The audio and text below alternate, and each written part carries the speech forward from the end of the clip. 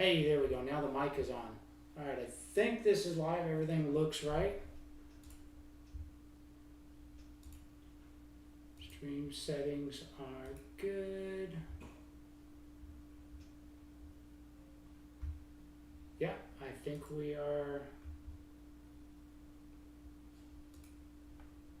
running. All right, welcome back to At the Bench. This is episode 2. Morning while I crack open a beverage. Episode 2 at the bench, and today we've got a new project that I've started, and I'm gonna have a little bit of time to put together before we get to the giveaway on it. But I am starting a new build that I'm calling the 1K giveaway, and when the channel gets to 1,000 followers and the Facebook page gets to 1,000 followers, so when both of them reach 1,000, then we're going to go ahead and I'm going to give away this build at whatever state it's at that point. So if it hits 1,000 tomorrow, wherever I get it done today, it goes out. If it's in a year from now, it goes out in a year from now. So we'll see how that goes. So let's find out what it is. In the post, I said that it was much worse than an RTR, and that's because it is worse than an RTR. This is a box of parts that I acquired that is claimed to be most of an SCX-10. So we're going to dig into it and find out how much of the SCX-10 is here, put some of it together, and find out where we're going to go with this build. And as time goes by, we'll start upgrading it, putting all the parts in it. And my end goal is to have a really nice, ready to run truck to send out to somebody when we raffle this off. I haven't fully decided yet if it's going to be a class 1 build or a class 2 build. We shall see as things evolve. So the first thing in the box, we got a whole bunch of drive shafts. Well, drive shaft parts. I'm not sure that there's enough to actually make drive. Oh, there's one complete drive shaft in there. Looks like we've got some old skids and a honcho bumper that's kind of put together. Some new axles. That might be an indicator that there's broken or missing axles in here somewhere. Some high quality shocks. Yeah. Axle parts. Those are going to be kind of important. Hopefully we got enough here. It looks like we've got 2 housings in here. Some diff covers. I see an axle shaft. A couple of knuckles. Nice. So if you're watching the video, go ahead and drop me a line there on the chat. Let me know if there's anybody out there. So these, we got a couple of nice parts in here, at least nice-ish. Got a set of upgrade hot racing aluminum shock towers.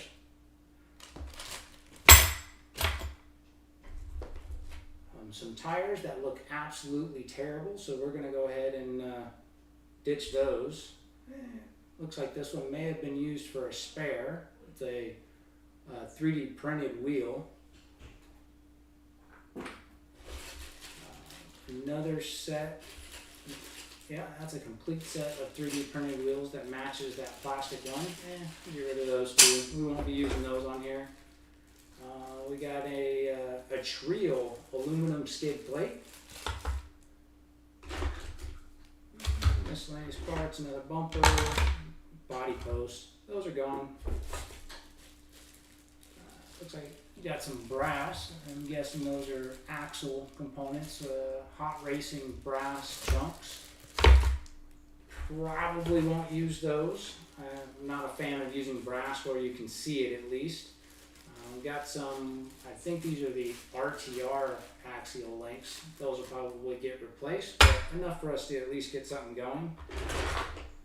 We got 2 frame rails that are complete. A ring and pinion, brand new in package. Another set of shocks. A transmission, kind of. Transmission parts. some metal sliders, a bearing kit from, I can't even, TRB-RC. So this looks, it's got multiple sizes in it. I'll hope that this is a complete replacement kit for the rig. That would be nice. And it looks like it might be a panhard bar, maybe a drag link, some other bits and pieces, some screws, and other plastic. So let's get started. Get all this back out of the way, except for, where do we start? Let's see if we can put axles together. So keep the bearing kit out, put the framer over there. Spare shock parts, ring pinion we'll need. Transmission, we'll keep the trans out, that'll be the next big one to chase. Metal sliders, links, skid,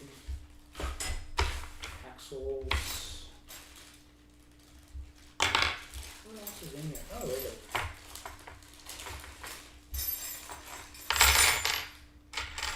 Oh, aluminum front and rear bumper mount, and the rear aluminum shock towers, and the aluminum panhard mount. That's a nice little set right there.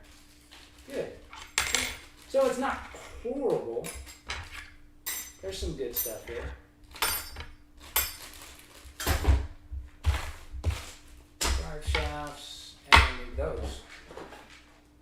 So I was out with the little TF2 yesterday on the rocks again.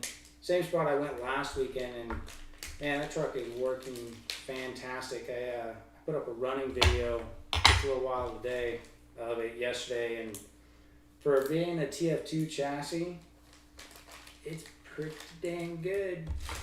Pretty good.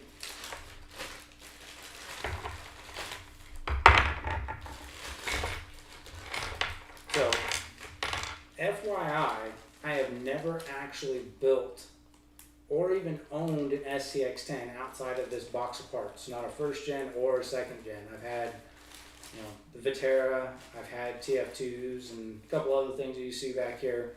But this is actually the first SCX-10 that I'll have ever built. And what? There's hot glue. There's hot glue on the, check this out. And go here. There's hot glue on the diff cover. Why is there hot glue on the diff cover?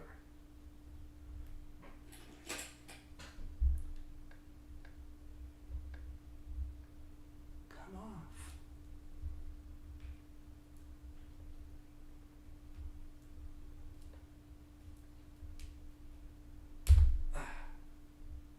Well, there's no hole in it, so that's all right. We'll probably end up replacing these.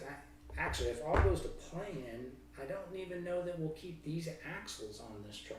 I've got a few other ideas of what might be a nice swap for this build. So, hey, that axle's got sealed bearings in the end of this axle that actually look pretty new. So we'll go ahead and leave those, and the ring gear, or the pinion gear bearing. No bearing on the inside though. But it looks like we have those here. Got a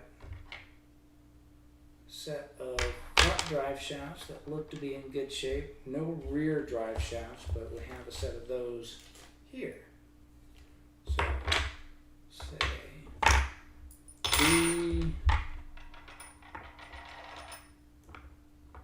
okay, so the housings for the SCX-10-2, at least the one-piece housings, like these anyway. No, these aren't one-piece because the knuckles are the C-hubs are separate pieces.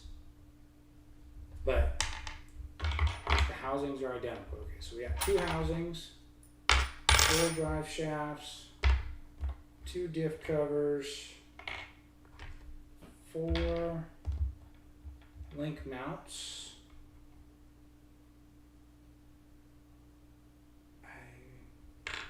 and 3 4 C-hubs.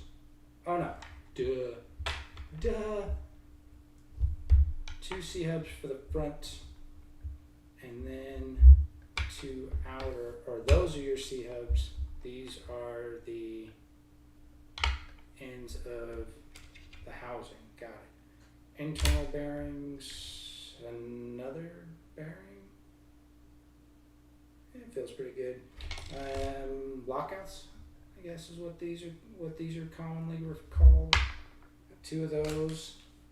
A ring and pinion that's in a different kind of baggie. It's got a little bit of wear on it, but it doesn't look too bad. So it looks like this one was used and the pinion was set just a little deep on it, and so it's got a little bit of galling marks. But it's usable. It's a 3-bolt, so I think this is just a stock axial. It's the same. Oh no, it's not the same as what this one is. This one's different. It's a 2-piece, 3-bolt ring gear, and the ratio on that one is the 30 and 8, which I believe is the stock ratio. And then what's this one? Same thing. This is the stock ratio as well, 30 and 8. So there's no overdrive here yet. We'll put a little bit of overdrive in it. Not sure if we'll do it in the axle or if we'll do something with a different transmission setup. But we'll do something to put a little bit of overdrive into this truck. Oh, peel the tag and that's still been open. Knife.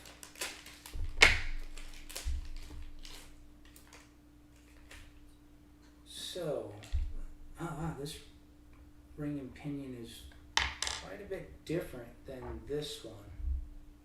Hopefully they're compatible. So as you can see, one of these is a 2-piece. This guy is a 2-piece where the ring gear is bolted to the carrier, and this is a 1-piece ring gear carrier, all cast together. It's quite a bit lighter. If you are doing an ultra lightweight truck, this might be a way to save a little bit of weight. Yeah, looks like they're the size is the same. So, and then the pinion gear, those look nearly identical. I can't feel a weight difference per se in my hand, but my hands aren't exactly scales. So the one thing I am noticing a slight difference is the backside taper, which I can't tell if you can really even see that, but the backside taper on the pinion that goes with the 2-piece is a little bit more. That really shouldn't affect anything though. There's nothing there to interfere with. So, SCX10 axles, does that one go there? Nope, that doesn't go there. This one's got no bearings. That one goes, there we go. So the non-sealed, this has got a pair of non-sealed bearings. Those are definitely going to be the ones that go down inside the housing, which once we load that up with a little bit of grease in there, that'll help lubricate those and keep them from getting cruddy. We may order up a fast eddy bearing kit. I think that would be a good upgrade.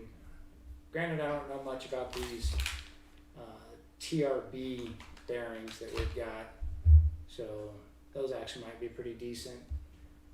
Don't know.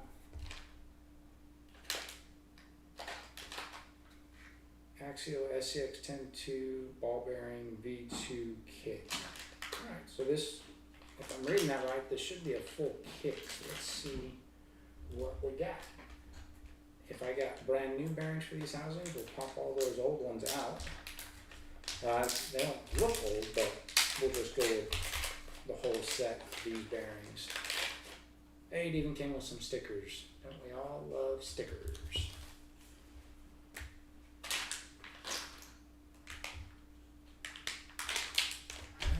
I'm going to need my calipers, which are over there.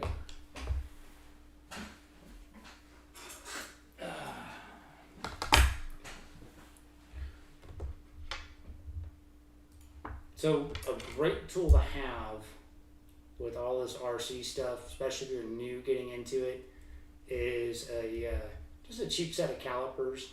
These ones are digital, but you can also get them in analog, where you just read it straight off the caliper itself. But for a lot of the RC stuff, especially if you're having to replace bearings and stuff, the dimensions that you need to know are the outside diameter of it, which this is, having calipers makes it really easy to do that, which this is a 14 millimeter OD bearing. You're going to need to know the width of a bearing, and this is a 5 mil width. And you're also going to need to know the ID, or the inside diameter, and this is a 5 mil ID bearing. But having a set of calipers is fantastic for checking exactly stuff like that, especially with bearings, because if you run a bearing that's just a little bit the wrong size, it can cause a lot of problems. So as you can see, this package says that these bearings are for this kit, which is great. It should be all the right bearings for it. On the downside, they're not sorted out into individual baggies that say, oh, this bearing goes here.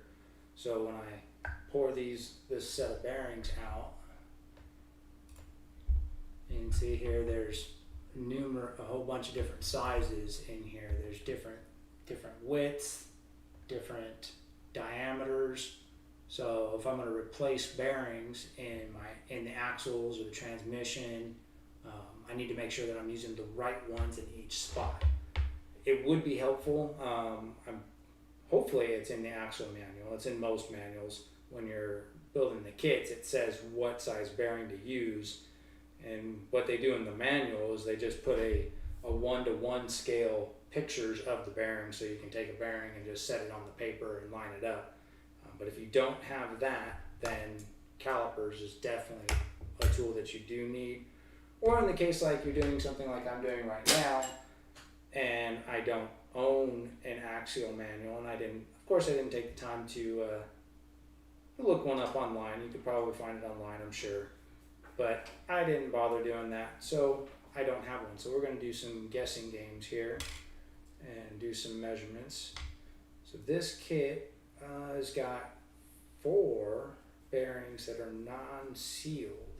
The rest of these out of that tube anyways were sealed, but these are non-sealed bearings. See how you can see the little balls. Yep, right down there inside. You can see, yeah, there, that's better. You can see all the little actual bearings. The steel ball bearings are the little balls that are inside this housing. The housing is actually just a carrier altogether. It's called a bearing.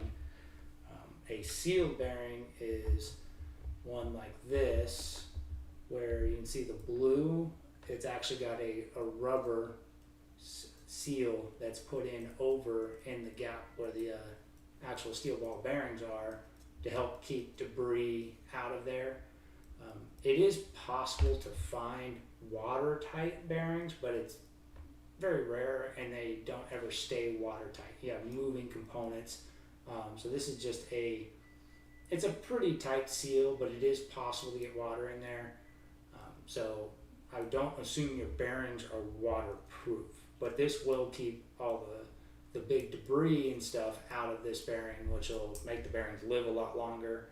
So the fact that these are non-sealed bearings tells me that they go inside of another component, i.e. probably inside these housings, where there's another bearing on the outside that is a sealed bearing. Alright, so let's see if I can get these bearings out. For that, nope, that one won't work.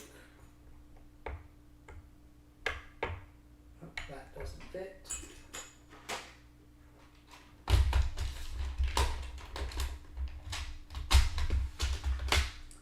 Maybe one of these will fit. Oh, close, but no cigar. There we go. So one bearing out. Let's see. Empty baggie. We'll put the used bearings in that so they don't get mixed up.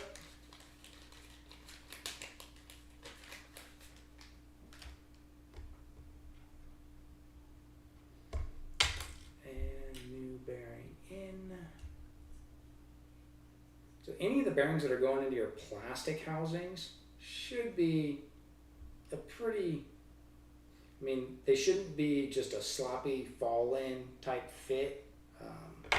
If you're bearing, let me grab one of these ones that's definitely not for this spot. So this will be an exaggerated example, but if you put a bearing into one of your housings, oh, maybe that's the right size. Okay, so that one's actually not, that wasn't what I was trying to show, but it works. So when you put the bearing in, there should be no play. It should seat nice and snug, but in any of the plastic stuff, it's not going to be a super tight fit. It should just slide in decently well. Oh, that's definitely not the right size though, because the pinion is a different diameter. What is that? Oh, so that non-seal bearing is not the right one for the outside. Well, shucks. So that's not where that bearing goes.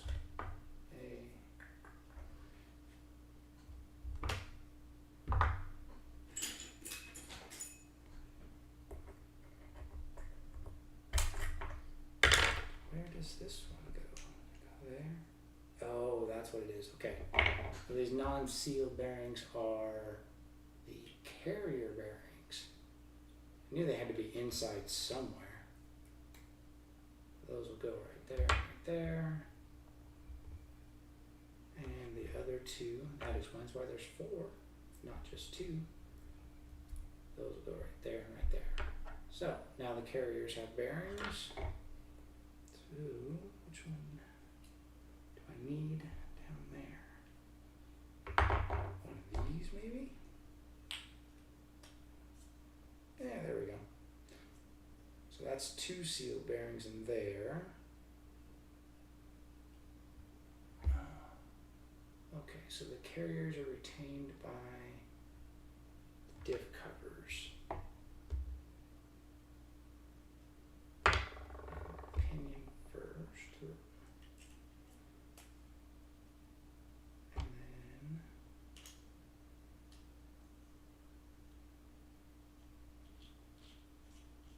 yeah, there we go. Ring and pinions in. Those bearings all look right. That needs some grease in there.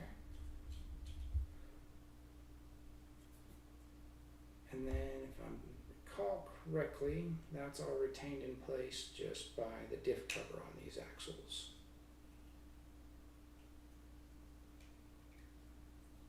Yeah, like that.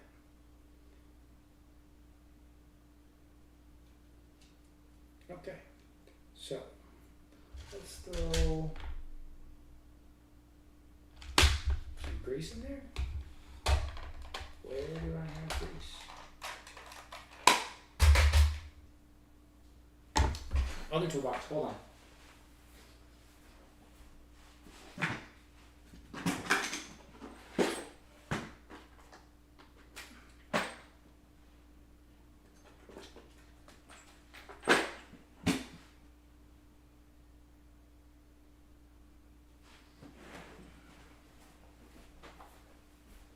All right.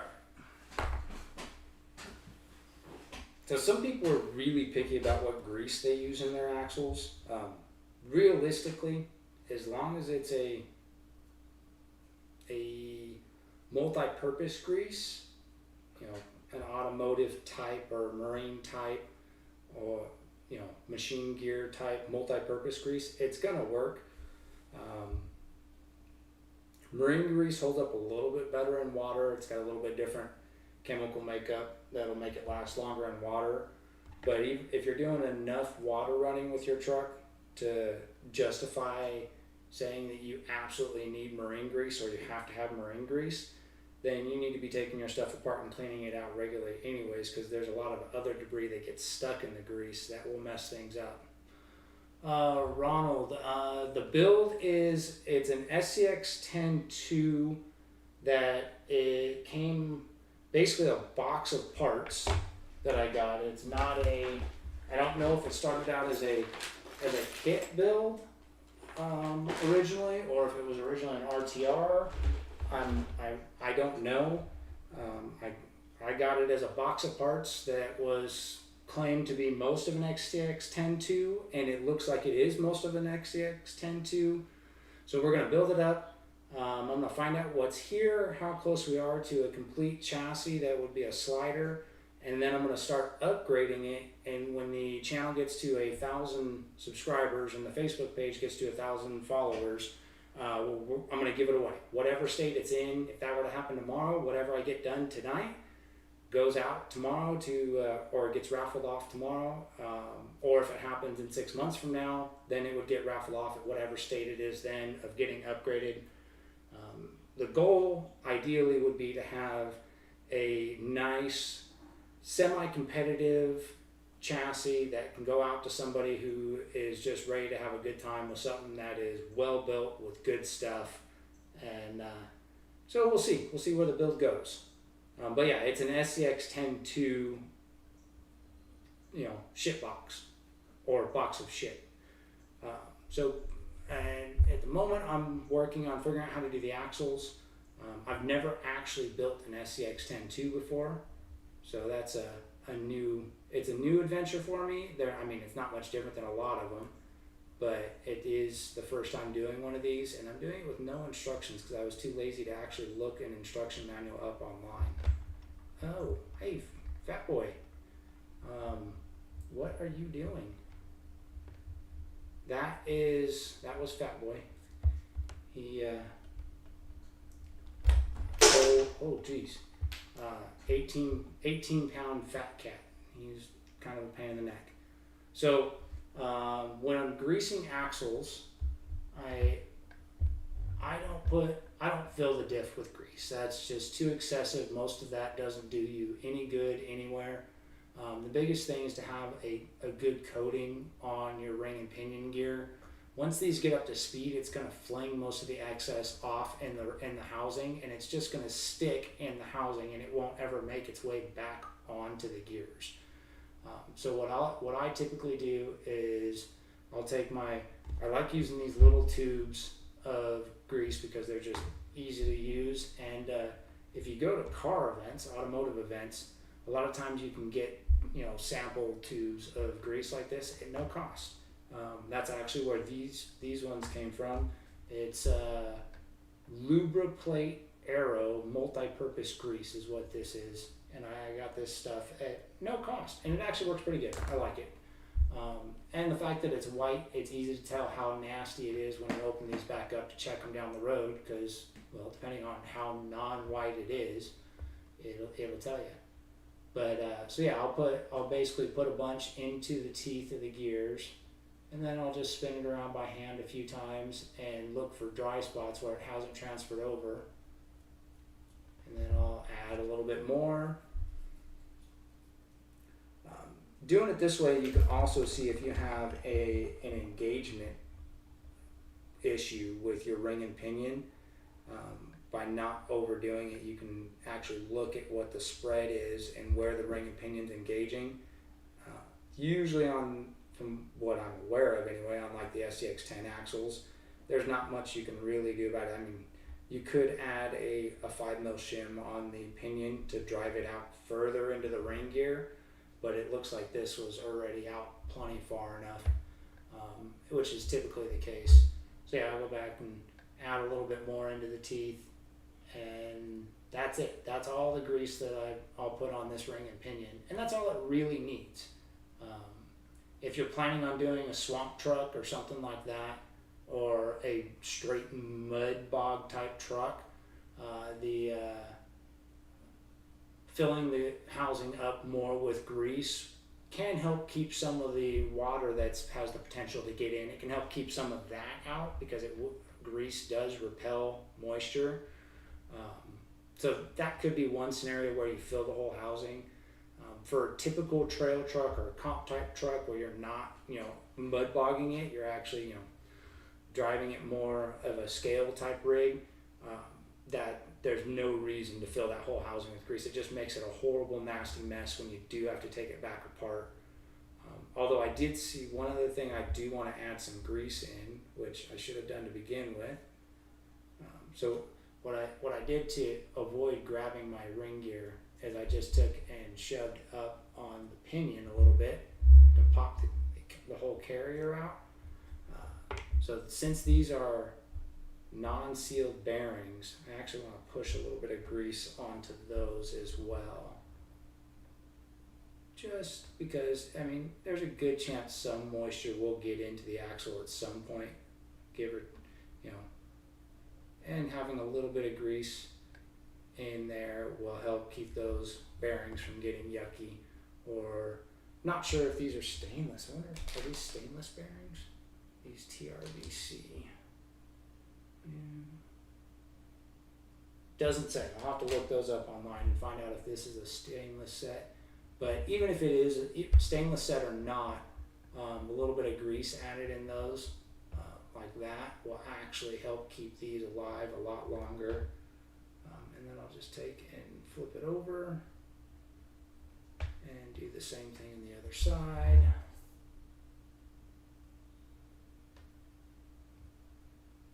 But you can see, I'm not being overly liberal with it, just enough grease to get grease in there so that it's lubed up. It doesn't need huge globs of grease.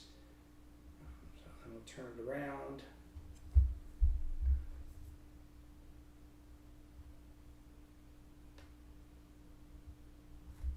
Spin it a little bit. Flip it over.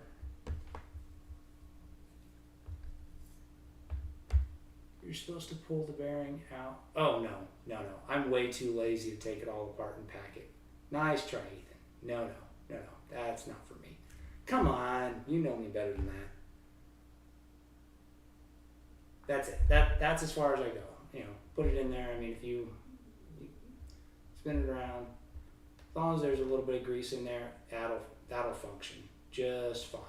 Now, if this was a race car and you were running lots of hot laps and stuff like that, then it makes sense to be a little bit more picky about which grease, what weight of grease, and actually making sure the bearing is properly loaded with grease. Because they run, there's a lot more RPM that's being run, which means they're going to build a lot more heat.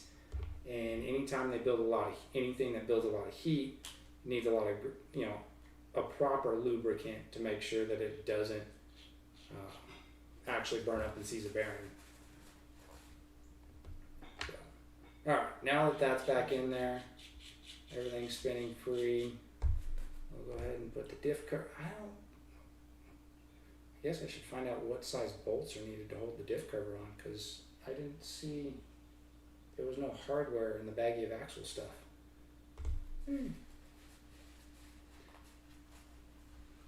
Yeah, Ethan.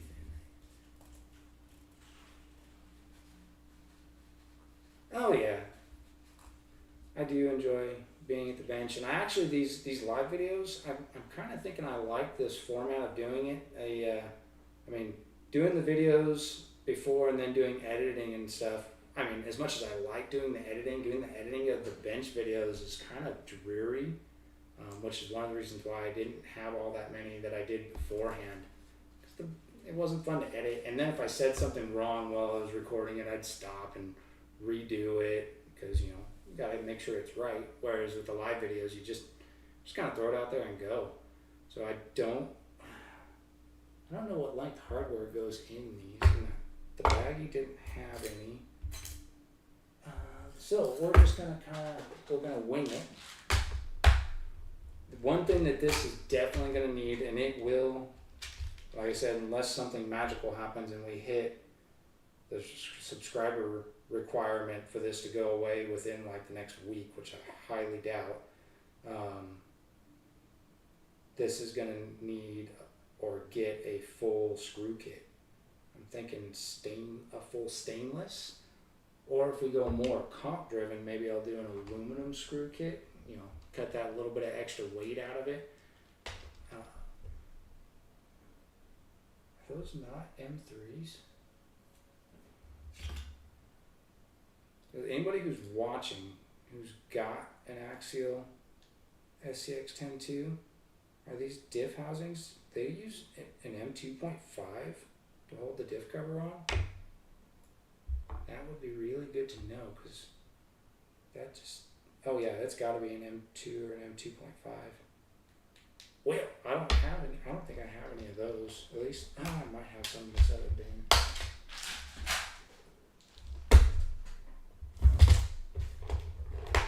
Those look like M2s.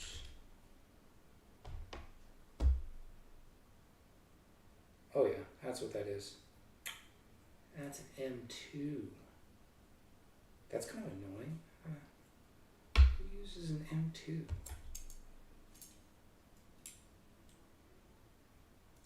Again, to my calipers. Oh no, that's a 2.5. So basically, it's upside down for you, but you can probably read that. It's an M. This reads, when I pinch it on the calipers, it reads 2.43 millimeters. That's an M2 or a 2.5. So it reads a little under 2.5 because they're not perfect, because they've had the threads and everything all cut into them. But that's a nominal size. So if you needed to order those, this uses an M2.5. Oh, thanks Ethan, if you verify that for me before, so I don't strip anything, but I'm pretty sure it's a 2.5. I don't, let's see if I got enough of these the right length. That should work. How long are these? 16, that's a 16 now. So, tech tip here, I will use M3s because it'll be easier to show you one. So you have two major types of hardware that's commonly used, well, three, but we won't do set screws. Oh yeah, well, I got one right here.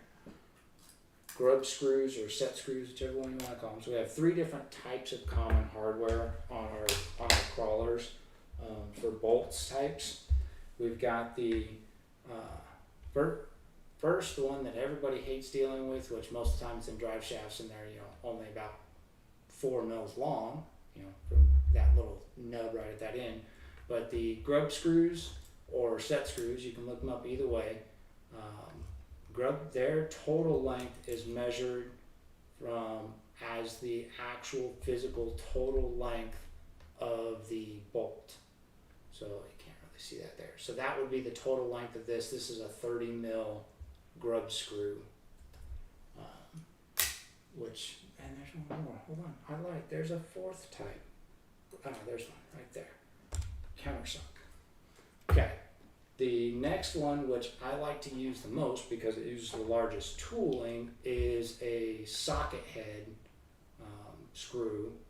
And the socket head screws, their measured length is from the bottom of the socket head to the end of the threads. So you don't count the socket head, the actual head of the screw in the length. It's actually from the bottom of the head to the end of the threads. So that's a 30 mil socket head. Button head is your small rounded ones. These are a little bit cleaner. If it's somewhere on the chassis where you can see when it's all assembled, the button head's a little bit cleaner of a look than a socket head because it's a little more low profile. Uses a smaller tool than an equivalent socket head. And for these, if you're needing to measure the length so you can get replacements, it's measured the same way as a socket head from the bottom of, oh man, it's really hard to hold that one because there's no head, but it's measured from the bottom of the screw of the button head to the end of the threads. So that one's that's a 24, 25 mil, 24. So on these, a lot of these are in nominal lengths. So that one's probably a 24 mil button head. And then the last one, which is the oddball of how you measure them, is the countersunk, which has the tapered seat and has a flat, flush surface once it's all the way tightened in. These ones are measured the same way the grub screw is measured if you need to get replacements. They're measured from the top of the head to the end of the threads. And so that's a 10 mil socket head type screw. So, little tech tip on how to measure your screws if you need to get replacements, or if you're doing something, building something custom and you need to order sets of screws to know which length. If you have a couple laying around, you can figure it out. That's how you measure them to get more. M2, oh man, Ethan, M2, how can it be? Are you sure that's an M2? Or is the driver an M2? What did I do with, look, I lost them. Did I put them in here?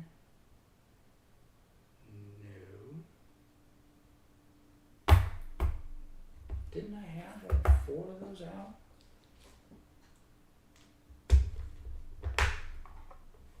Did I really lose all 4 of those?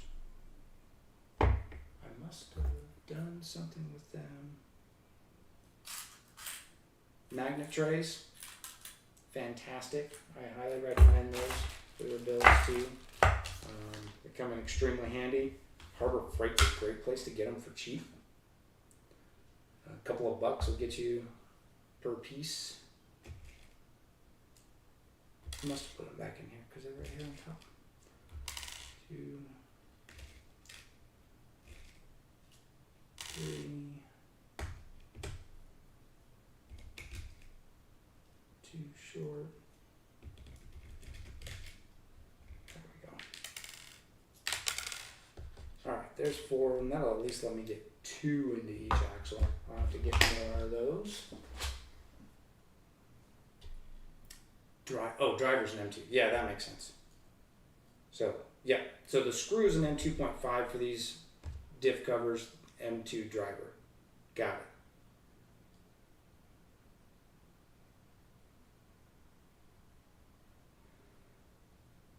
it. MIP drivers, they are worth their weight in gold. That's probably why they made the handles the color that they did. If you don't have them and you work on RCs a lot, it is a worthwhile investment to get a set of MIP drivers. And that's not because I'm trying to upsell them. If you want, I can put a link to them on Amazon down below after the video, but I mean, it doesn't matter where you get them from. If they don't strip screws out the way that most Allen wrenches will. They're actually machine toleranced versus however most Allen wrenches are probably cast and coated. But these are actually machine tips on the MIPs, which let's see. I wonder, I've never actually measured the difference. And I have all the stuff here. Okay. So this is an M2, just a regular Allen wrench. It must have been a decent one at some point because this was actually a ball end version, so it came from some relatively nice Allen wrench set. And I'll measure it here in the middle, where that's never been engaged to a screw, and that measures out. You can see it on there at 194, which means it's 0.06 of a millimeter under 2. Let's see where the MIP is. Make sure it's clean. The MIP is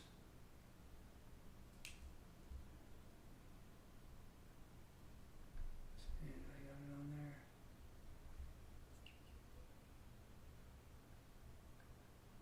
So it's 199. So 1/100th of a millimeter under.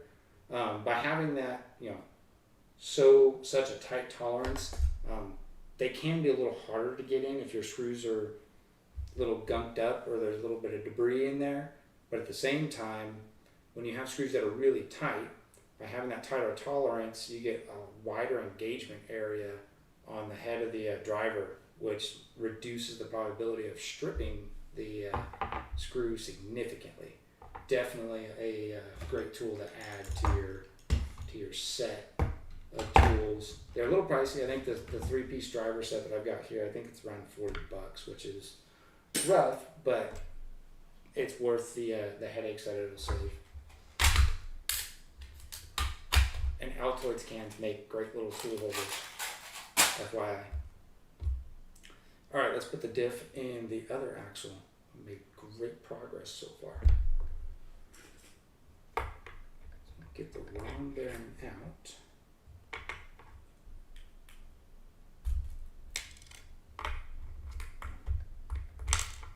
Old bearings out. Add those to my little baggie in case we need them.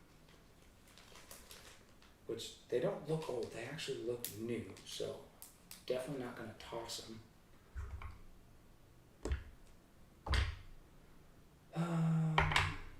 So diff.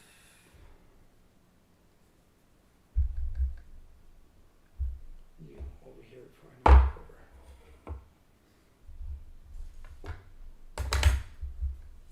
Again, I'm going to throw some grease into the non-seal bearings on the ends of the carrier, but this time I'm doing it before I grease the ring gear, which will make everything a little bit easier without making a mess.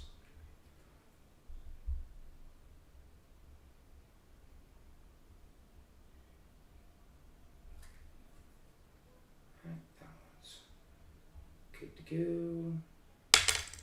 That one.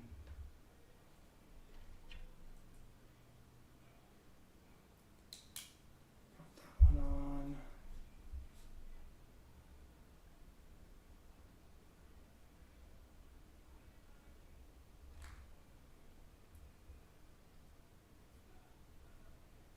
Flip it over.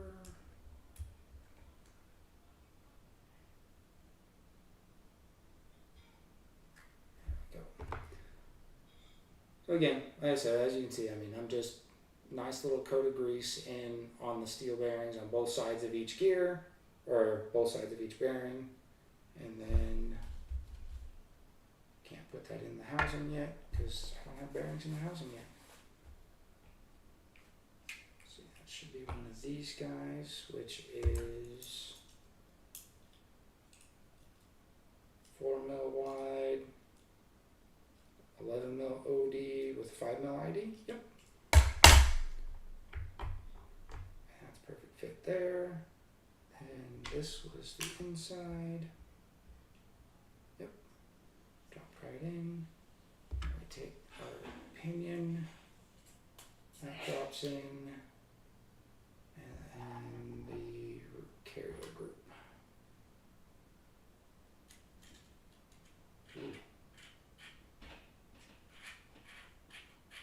Oh, that's not bad. The 2-piece carrier was definitely a little bit smoother in the housing, but it also had some wear on it. It was used, so maybe that's why it felt a little smoother. Let's get some grease on this one and see if it gets any better. This one feels a little chunky. And I don't know anything about the difference between which one's better, the 1-piece or the 2-piece carrier setup. I think the 2-piece, oh man, this is not smooth. Do I have the wrong bearing there? No. Ugh.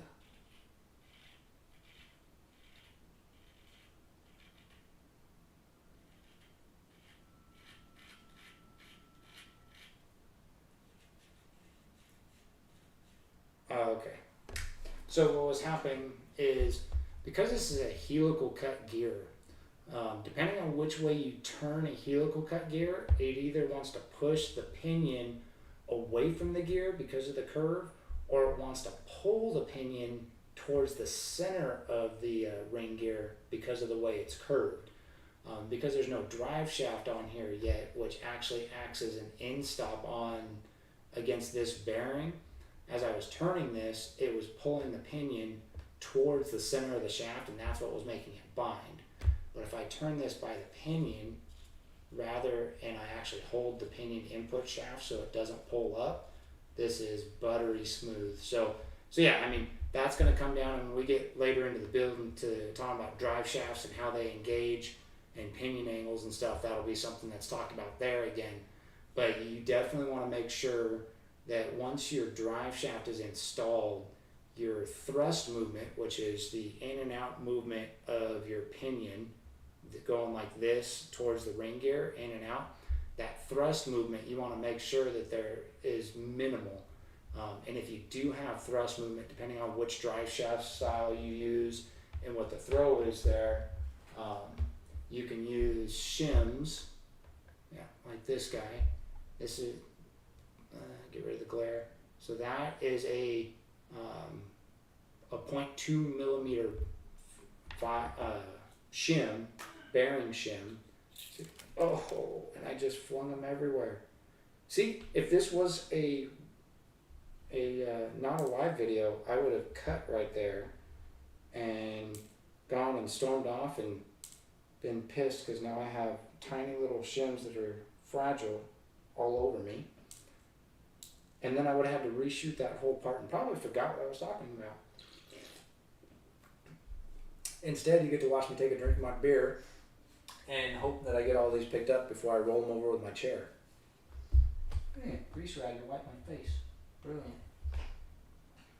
Alright, let's see one more. If there's any more, oh well, they're not expensive. Kind of hard to find, but not expensive. So yeah, you use, shims like this.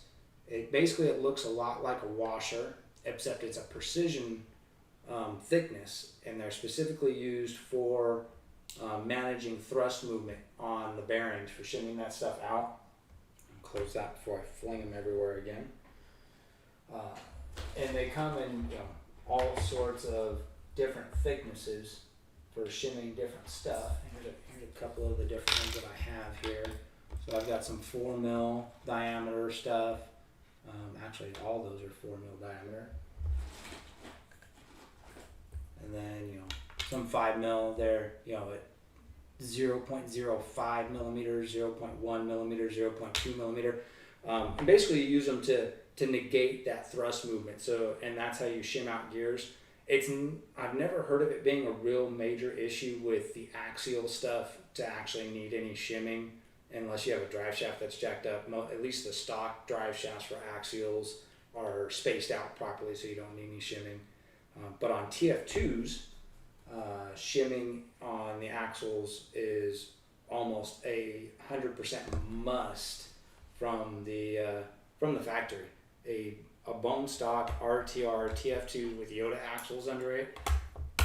As soon as you take it out of the box, you check the thrust play on them, and they're terrible, and it causes the ring and pinion gears to get just chewed to hell because it's they've got a helical cut like this, and they've also got a straight cut, but it doesn't even matter. If you have thrust movement in your ring and pinion, it's going to destroy those gears in no time flat, especially if you put any real power into it.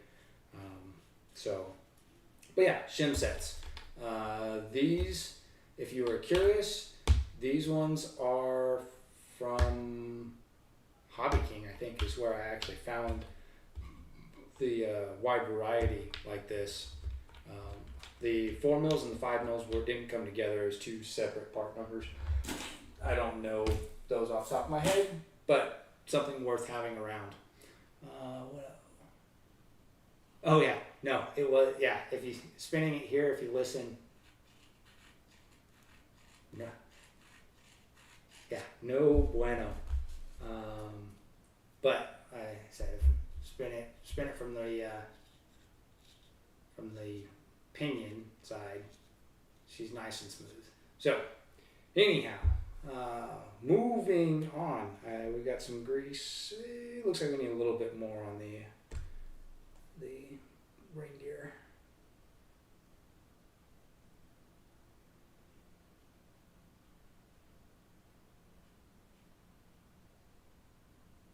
There we go. And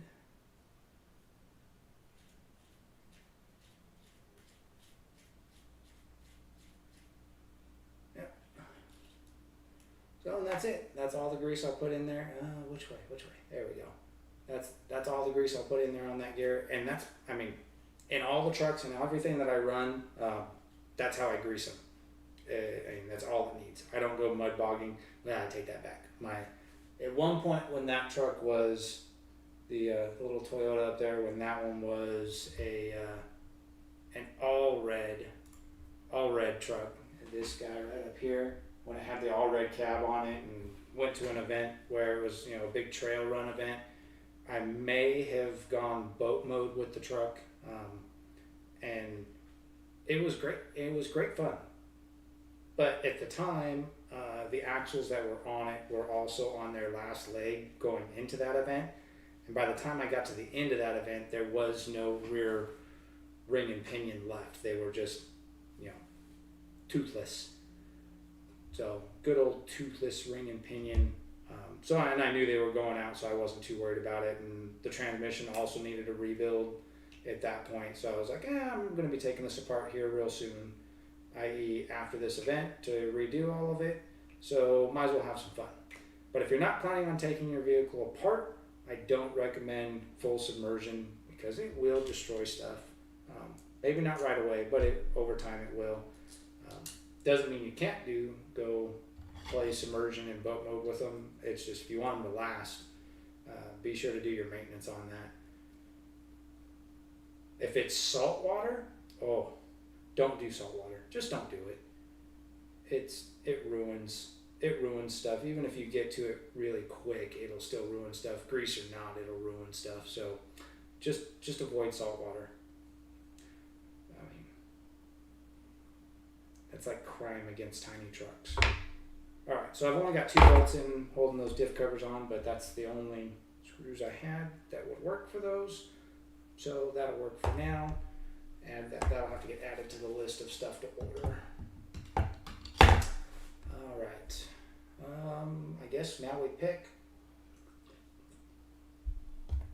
one to be the rear axle. Lots of WD-40. WD-40 is not going to stop salt water. Come on now. That will not work. Okay. All right, here we go. Ethan, maybe is there a recommended rotation for the rear lockouts? I would imagine that bolt on top would be preferred because then it's less likely to hang up on something. But at the same time, not having a manual, I'm not sure. Let's see, good, they are mirrored at least, so that's good. Oh, and they got seats, so they go, when they're all the way in. And those are M3s, good. I have M3s. I'm gonna put them straight up. I don't care what the recommended is. They'll go straight up. All right. Bearings in the housing. There's gotta be more of these guys. Sealed bearings,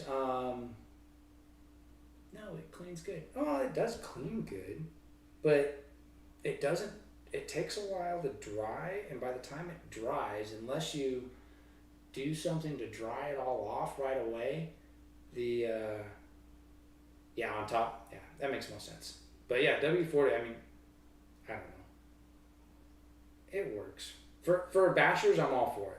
If it's a basher rig and if you want to take it out to the sand dunes and you're just gonna rip on it, screw it. Just drench it in WD-40. Put a dust cover on it to try and keep the sand from going on everything. What? Do I have to put the axle in first? Oh, there's no way that's the right axle. Oh, wait. Oh, no, okay. I see it.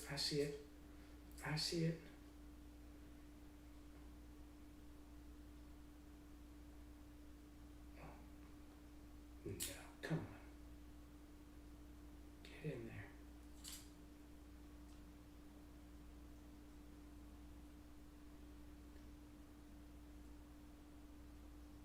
Why don't you want to go in? Yeah, basher. Yeah. Okay.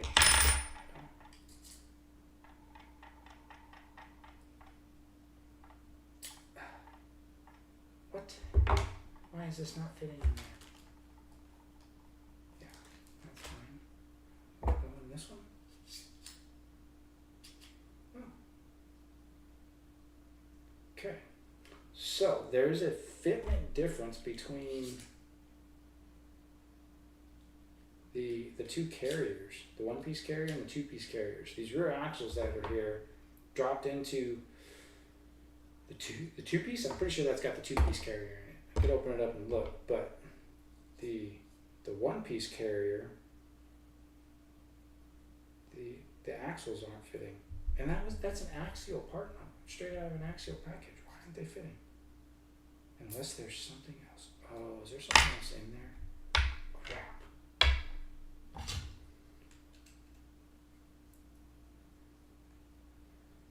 All right. Investigation time.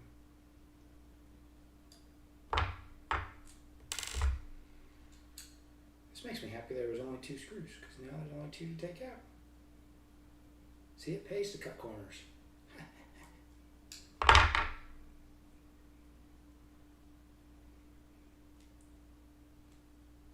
Come on.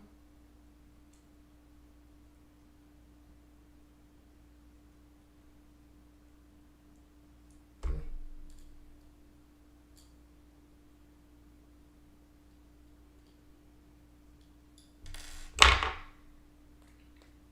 So with the on a completely different note, while I try and figure out what's going on with these axles not wanting to go into this carrier, who has seen and what's thoughts on the new TRX4 Bronco?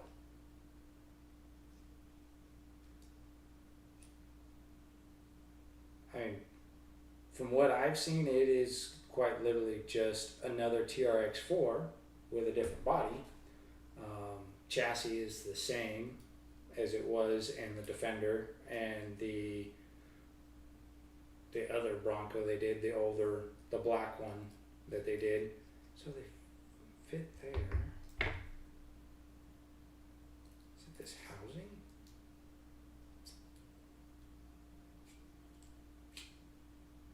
Wow. Oh, we might need a new housing. Oh, maybe it's the bearings in this. Are these not the? These gotta be the right bearings, right? But I do like what they did with the body mounts. That's actually probably the only thing that's worthwhile. 5.06 on the ID. 5.04. 5.05. So the ID values are right.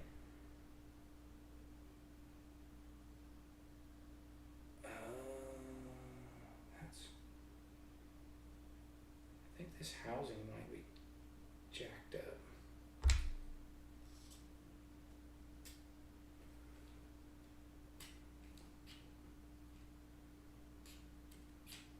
That's not gonna spin worth a shit. Oh, pardon my French. Sorry about that. Oh, the light buckets. Yeah, the new light buckets are pretty neat too. I mean, no doubt they're gonna release a specialized light kit for that body to go with those, mount into those buckets all fancy. But the part that I liked was the body mount system. The fact that they did away with the body post and went to that clip system under the fenders.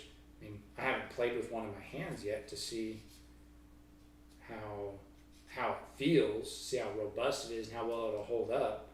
But I definitely think it's a good idea. Why? That is terrible. There's a huge catch, right?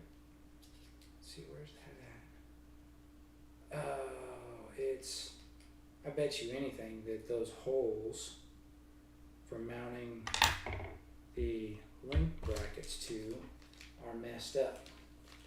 Let's see if these shafts, or maybe these are the wrong, those might be the wrong shafts. No, because the rears wouldn't go in there either. They're in that other axle. Maybe these ones will fit. Let's see. Okay, so that one passed it. Oh, check this out. So I think this housing's jacked up. which is fine because I think this is going to need different axles anyway.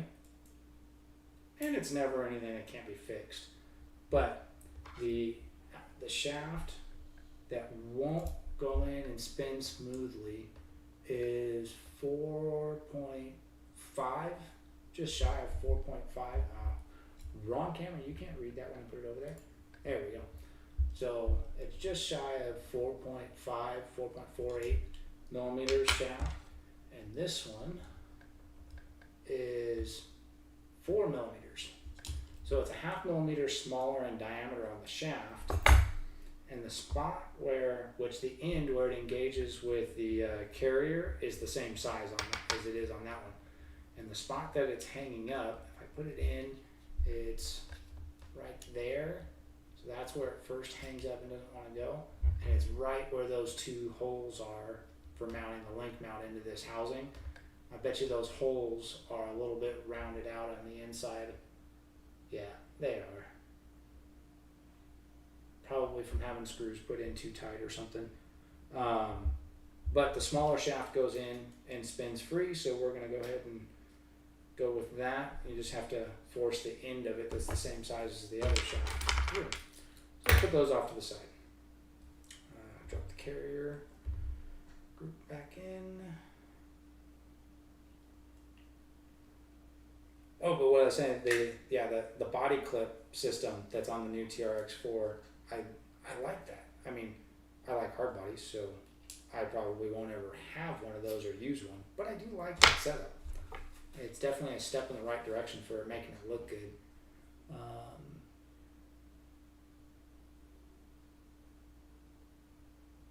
Oh, Pro Scale lighting system. I'll have to look that up. I wonder if I can adapt that to other stuff. Usually the Traxa stuff is done pretty damn clean and robust. As long as it's not too bulky.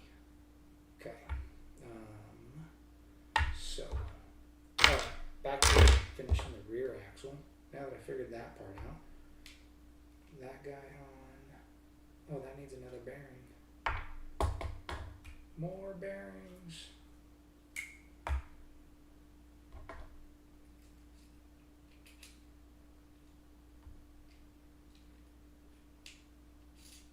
Hey, I think that's right. If you ever want a challenge, something that's, could be interesting, just build a kit that you've never built before with no instructions. It's fun.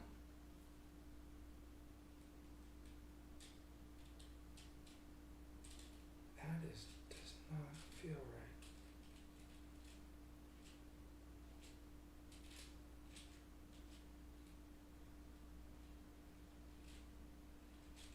Oh yeah. Yeah, that does not feel right at all.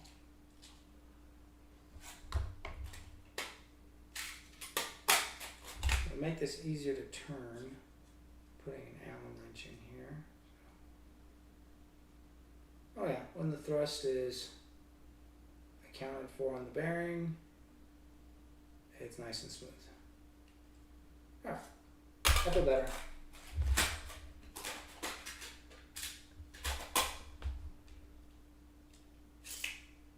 Not what I meant to do. Dumbass, put the bolt in. Sorry, pardon my French. Hey, when I talk to myself, I don't filter as well when I'm talking to myself as I do when I'm paying attention to what I'm supposed to be saying. So, let that one slip. Alright, we need some bolts for that guy. What do we got?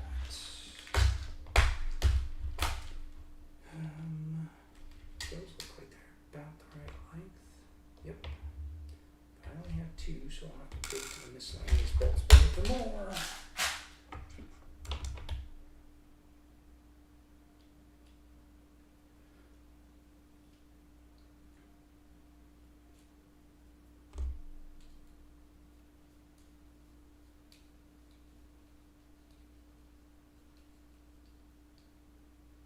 Good, not stripped. Check it out. I have almost built one axle.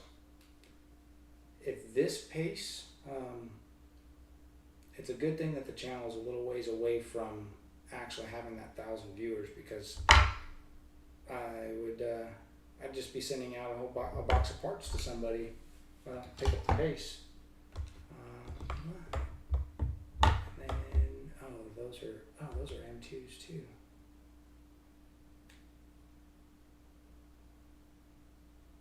Nope, doesn't go that way. It goes this way.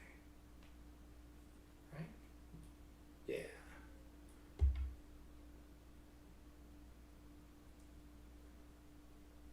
Looks like I'm gonna have to order a whole. Well, like I said, I'll probably do a whole hardware kit for this whole build by the time it actually gets reworked to turn it into something nice. But I'm definitely lacking in the M2 department, which apparently there's quite a bit of M2s on this build. Oh, this one does not have.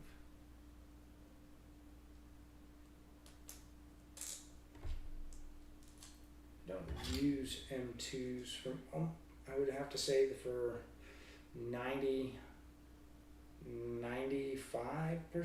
of any of the custom build stuff that I do, I try to avoid M2s anywhere possible. They're kind of a pain in the neck. I mean, the socket head ones aren't too bad using the M2 or M2.5 screws. Anyway, I try to avoid. But the socket heads aren't bad, but the button heads are terrible to work with. They're so dainty and they strip so easy. Let's see, do I have any that are an appropriate length for that guy? What, that one? Maybe, that one might work.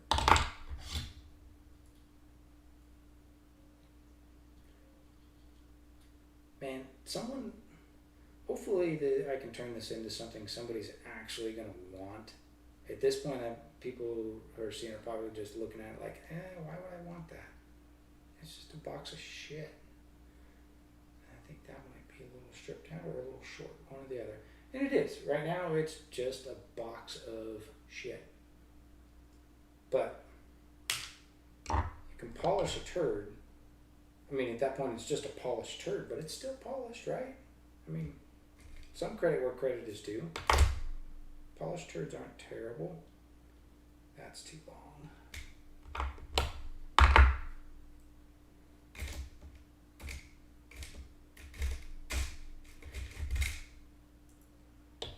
think that's the same size as that one. Yeah, we'll see if it'll go on the bottom. I think the link mount, at least this one, might be stripped out.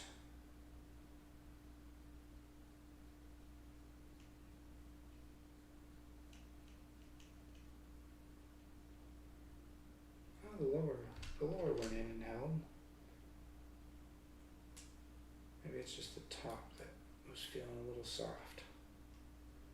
Probably why the axles didn't want to turn. That was the other housing. Never mind. No, that top one's, the plastic's shot. So, those will have to be upgraded. Bummer. Watch, I can see it now. What's actually going to happen here is this channel's never going to hit, it'll never hit 1,000. And I'll just end up with an SCX10 2 that gets all tricked out because I'll be working on it, indefinitely, forever. That would break my heart. Add another truck to the fleet. And that one works okay. Actually, there is another truck that's coming into the fleet. But beyond saying that, I'm not going to say anything else about it until it arrives. It is not one that I have built. It was built by somebody else. And it's going to be brought in and give it the 10 Scale Adventures spiff, and it'll join the fleet. It's actually going to be for the wife. We'll have to see if metal everything. I agree, metal everything.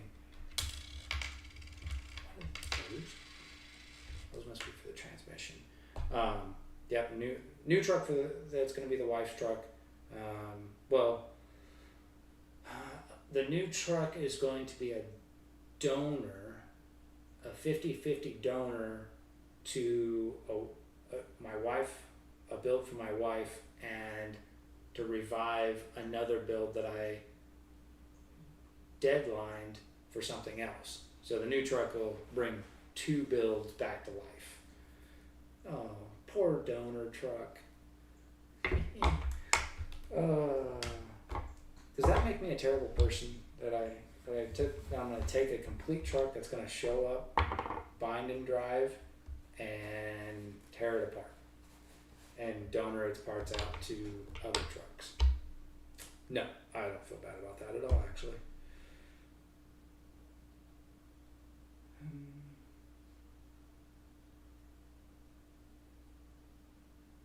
Oh no. Ethan asked if the wife was giving up the Vitera, and no, the good old wrong thing. Clicked the wrong thing. Wrong way. The Bronco over here. She'll never give that one up. I can't even get her to let me, change the body at all for doing something with a hard body build or anything else. She just wants it exactly how it is, which I mean is good for me because the truck works decent. It works, pretty decent, and it's pretty bulletproof. It's survived some pretty gnarly abuse that she has put it through. I mean, the frame's bent, the back of the frame's bent, and she's tacoed a link or two, but that's it. The transmission's still good. Drivetrain's pretty basic, and it's just a fun truck. It works for her. She likes it that way. But because I have so many, she needs at least one more, right? That makes sense. It keeps me out of trouble. Ooh, clockable hubs. This is something new to me. Well, not new. I'm well aware of the function of the hubs on these axles. I just don't. This is the first time I've had one on a build that I was doing. None of. Oh wait. Nope, they're built in on that. Yeah, so none of my trucks have hubs that remove and have this spline section. They've all got axles that the hub is built into the housing. So if you want to do any caster adjustments, you have to adjust the entire housing for it. Versus these axles, you can set them up.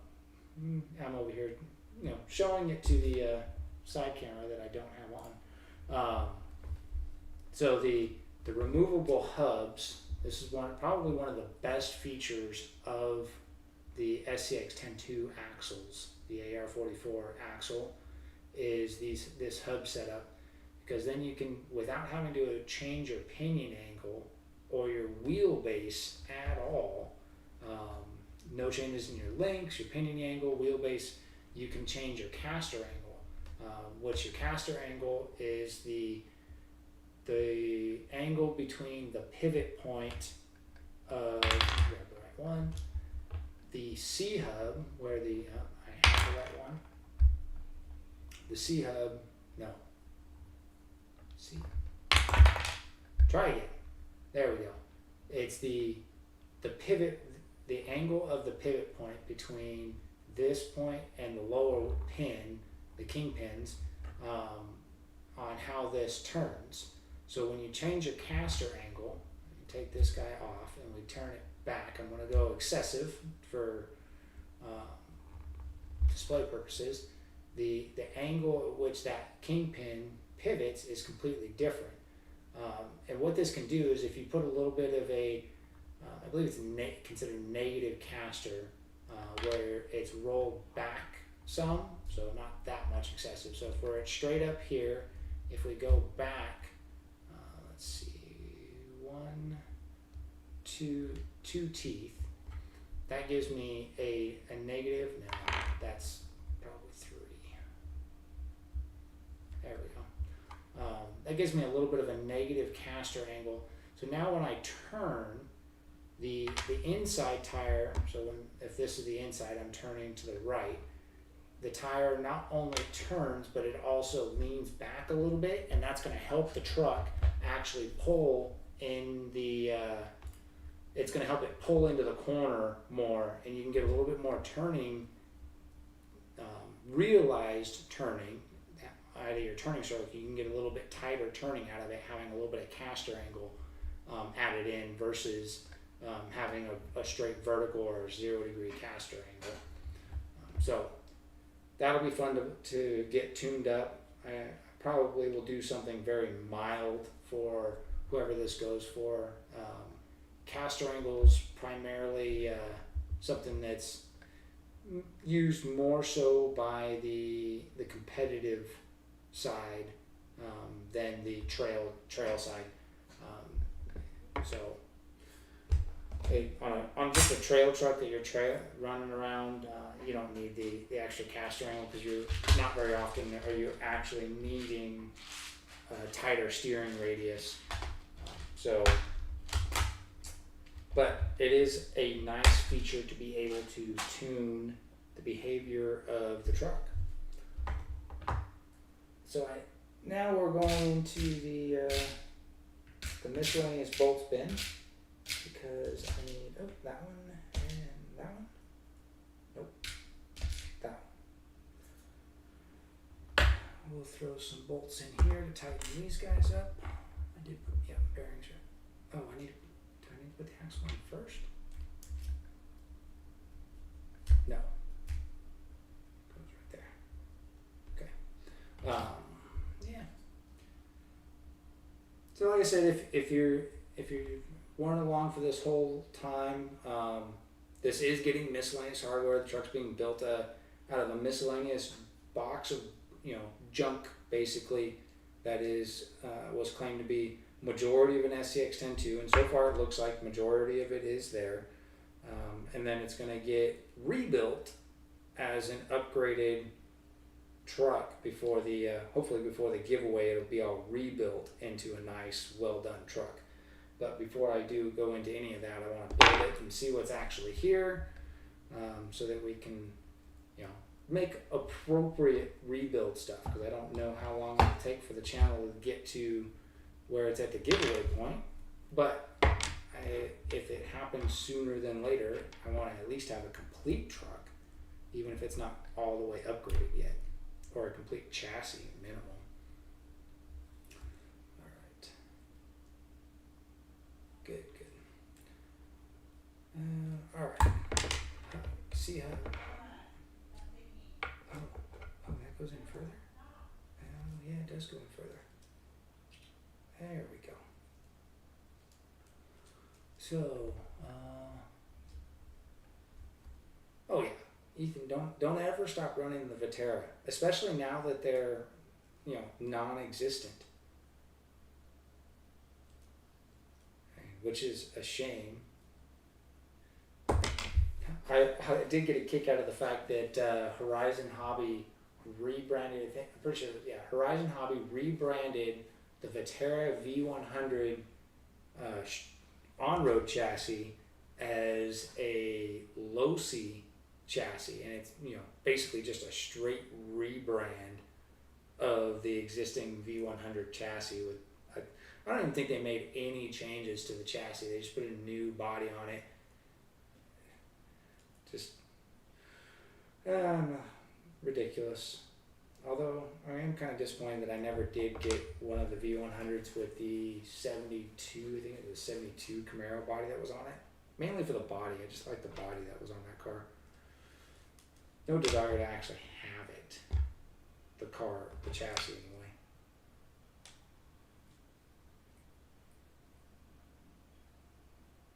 Don't be worried about parts. It'll just get to the point where you just start rebuilding it with whatever parts will work. No more factory replacements. So that means you just gotta make whatever work. Plus, worst case, I could probably send you a few parts. This right here is my Vitera that started out as the K5,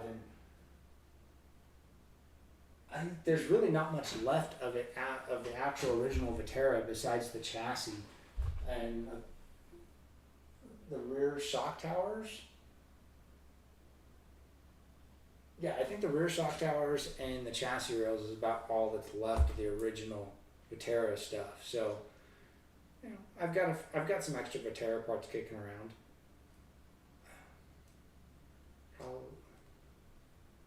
Full custom, yes. That's the plan. That one, if I do a little bit more, get a little bit more stuff ready for it, I could probably work on it next Sunday. Those are in. That's in. These guys. What bearings go in here? Not that one. So that is not the right bearing. Oh, maybe it's got to be that one. No. Yes. Maybe. Does it fit on here? Yeah, it fits on there. So it is. Okay. So you need to get in your home.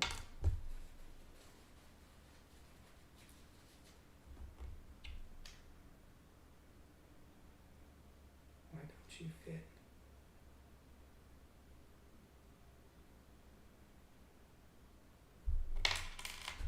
And back to the calipers. So that should have a 15 mil OD bearing. What is this? That's a 15. Okay. It'll fit. Just gotta let it go. Stop being a chicken. Oh, look at that. Pop right in. Okay. And the other C hub.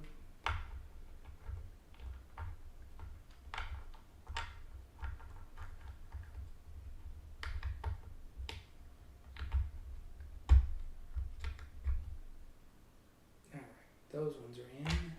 Those definitely don't go to the outside. So you go to something else. You go to something else. Maybe it's these two.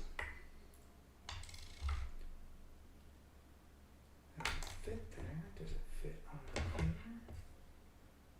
Yep. Alright. C-hubs. Got bearings.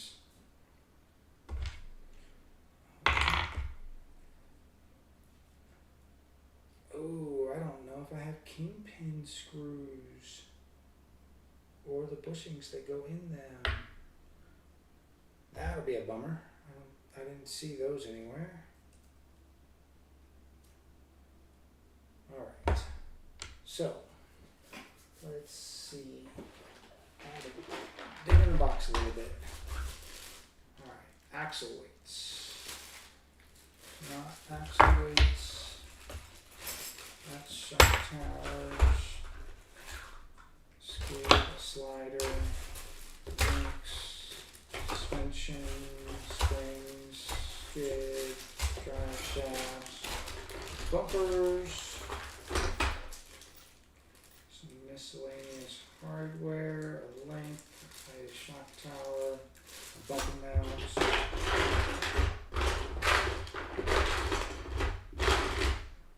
Nope.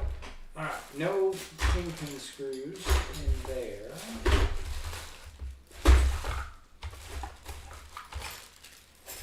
don't know if I have any that are appropriate.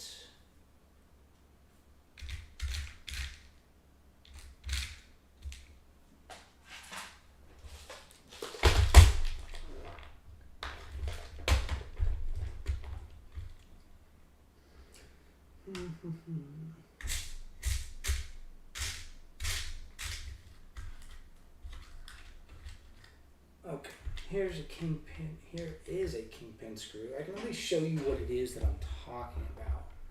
Definitely not the right size, right? Yeah, no, not the right size. Okay, so a kingpin screw is, let me switch the camera over. Oh, I need to fix the white balance. It's a little too white. that one's a little better. I'll have to adjust that for next time. It's washing me out a little bit. Alright, so a kingpin screw looks like, give me something small. There we go. And then what it is, it's threaded here, but the top section is larger in diameter to function as a bushing and also function as a tightening stop. So when this kingpin screw gets put in to here, the wider section will hit right here and come to a stop and won't go in any further. And the shoulder of it, the shoulder section of the kingpin screw, will not actually allow the screw to fully pinch. Can't see it on the black at all. Trying to get this where you can see it. So I can't hold on to it. But the shoulder will stop it from pinching this section right here. Oh, can't see. Man, I'm gonna have to do something different. Can't really see this very well. But yeah, from right here to right here is where the kingpin screw goes through, and the shoulder of the kingpin screw needs to be a little bit taller than that thickness, so that when the screw's all the way tight, it doesn't actually pinch that plastic, and the shoulder acts as a bushing, allowing the C-hub to pivot back and forth freely. So they can either be this style where the shoulder is actually part of the screw, or it can be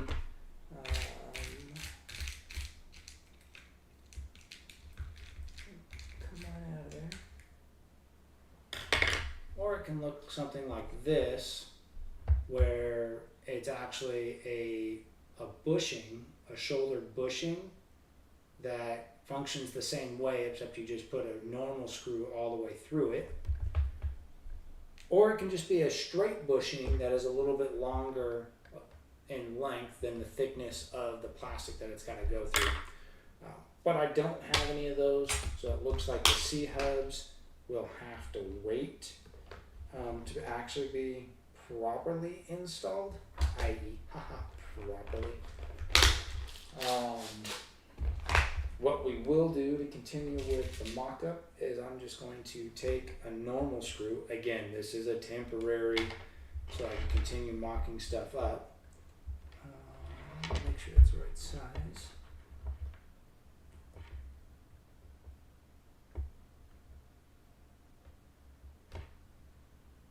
Yeah, M3, okay. I'm just going to put a couple of normal screws in to hold everything in place, which actually can be quite a bit shorter. And then I can move on to the next part of the mock-up, which I think will be the transmission. Actually, no, we'll do the chassis. We'll put the skid in the chassis, put the bumper mounts on, and the cross braces, and a couple of other of the chassis goodies. And once those are in, then we can throw some links on it real quick, and we'll have a slider-ish kind of thing that's halfway slapped together. At least have an idea of what, if there's any other major problems outside of the transmission, which I wouldn't mind getting that together on this tonight as well. What time? 7:30 here? Yeah, I got another hour or so before I start getting bugged. Last week I started the live stream at 7. And I determined, at least for me, that was a little too early to actually start the live stream, or a little too late to start the live stream if I ever got into anything that was actually going to take a while. Last week's live stream was only an hour long, so it wasn't too bad. But if I was going to do anything like starting to do this or any other type of thing similar, that starting at 7 was a little on the late side. It would make Monday morning work not nearly as pleasant. All right, so I threw a couple of just normal screws. I don't know if you can see how well. Yeah, okay. So right here you can see underneath the screw, I did not tighten these down because I don't want to cause any additional damage to anything with this. So these hubs are pretty sloppy and loose right now, but functionally, as far as getting a chassis together and seeing where we're at parts wise, they'll at least hold this together so that the axles stay where they're supposed to, and allow us to keep moving with the mock-up. Kind of like how the diff covers only have 2 bolts in them.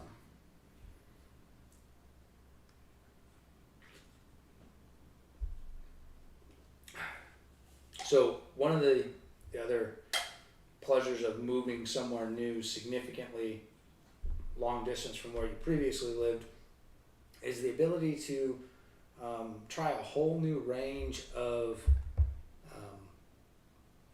local brewery beverages. I don't know how local this one truly is to where I'm at, but it's not one I'd ever seen where I previously lived. And this is the Dallas Blonde is what I'm enjoying, and it's actually a pretty good beer.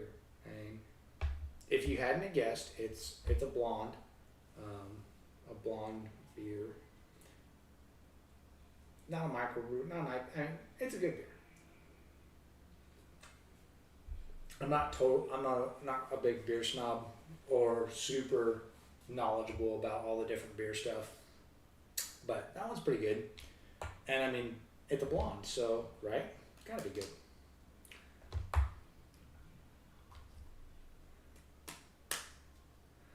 All right, sounds good, Ethan. Thanks for dropping in. Appreciate it, and we'll talk to you again soon, maybe on the next one.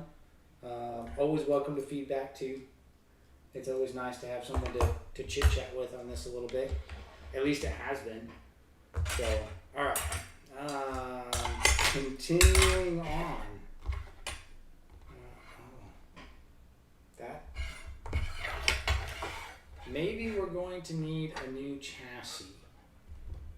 And I can probably.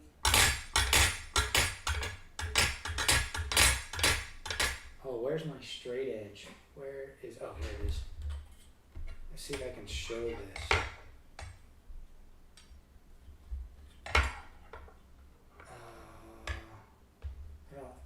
Hopefully you'll be able to see this. I mean, I'm gonna bolt this together a little bit, but what angle does this need to be at for you to be able to see it? There, I guess, kind of. You can kind of see how tweaked that chassis is. I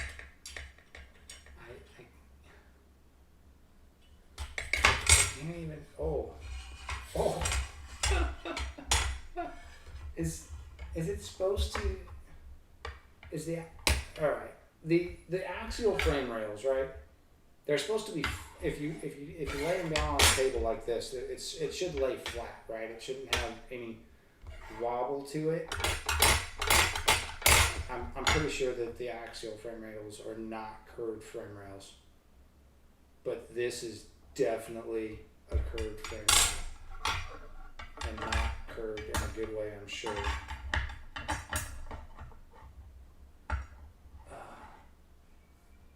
Oh yeah, you can kind of, I don't know, I guess they look similar. Wow, that one's curved way more. At least to me it looks like it is. Well, if you happen to know if the axial frame rails are supposed to have any swirl to them,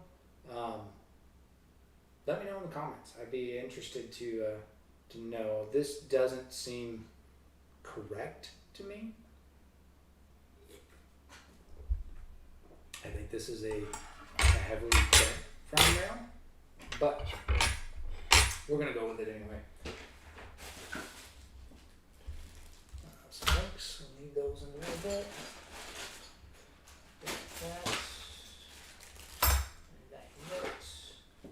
That hits. Oh, shucks.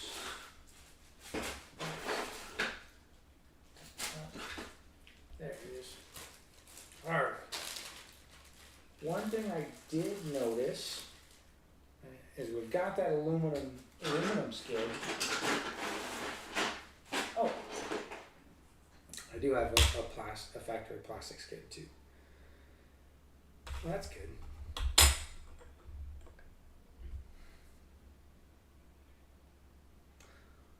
Okay, my assumption, looking at the skid without instructions, is this is the rear, because the rear links tend to see more abuse and are on both sides for uppers, whereas on the front there is no nubs forward here, but there's only one top link, which might even go up to the chassis rail up further.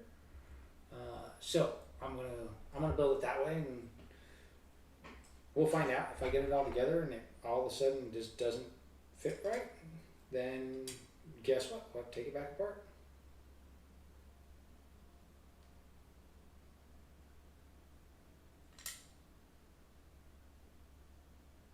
Put bolts in those. Or nuts on the back. Yeah, that's through the hole. That's through the, okay, got it. Got it. Got it. Line up.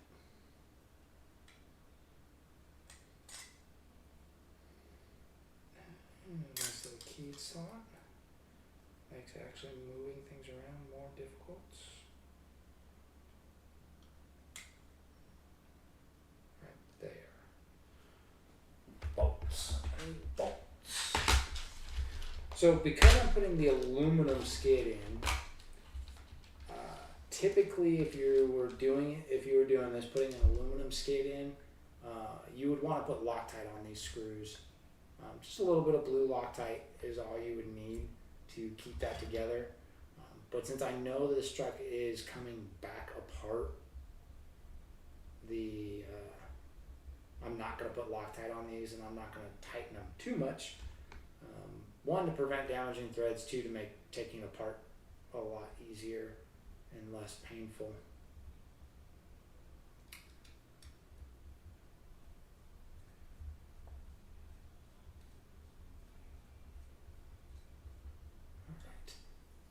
I'm going to be smart about this. I'm not going to put the other rail on until I put some of the other braces in across the chassis. So we've got that one, and I've got this one, which looks very similar. However, I don't know which one should be the rear versus the front. I'm going to guess that that's probably the rear that's got the little extra arch on it. But what I am missing,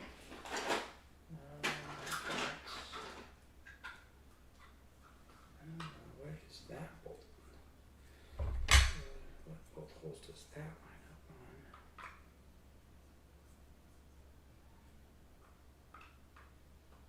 on? Oh, that bolts in with the skid bolts. Oh, that's super annoying. Okay. Well, then we need to switch those out. A little bit longer screw. One.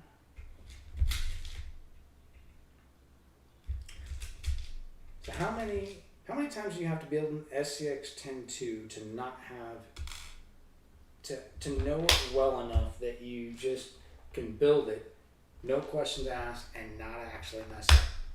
How many times does that take? I'm gonna guess it's more than once.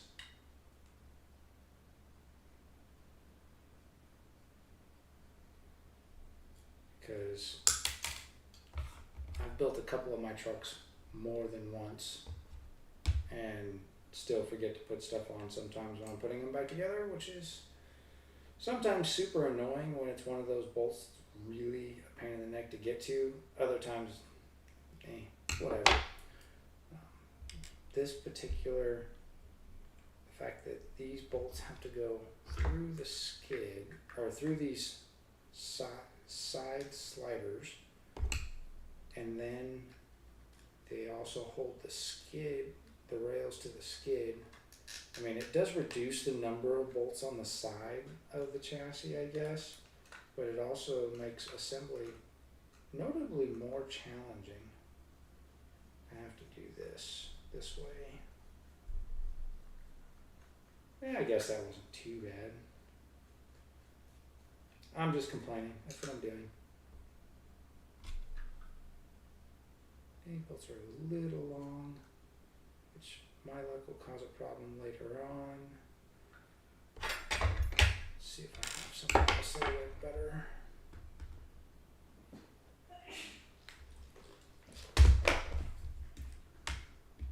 So I'll probably go on this. Right now it's 7:45 my time. I'll probably keep going on this tonight until around, I don't know, 8:15, 8:30, something like that, before I call it quits. So that's about another 45 minutes. Hopefully I can have the chassis mostly together and have that'll work. The links at least on there holding the axles slung to the chassis. Whether or not they're the right length is TBD. I don't know anything about what link set that's for or what wheelbase this is set up to be, or was set up to be, or if those are even a complete set of links that'll hang an axle appropriately. But that'll be the goal, is to be close to a slider in 45 minutes, which based on my current progress is probably going to be really hard to do. But let's put this in overdrive. Oh, I'm not doing a very good job of actually building this on the camera, am I? That's terrible. Shame on me. Alright, let me adjust. Let me rearrange some of this here. Move that up there. Move this there, that. Move those over.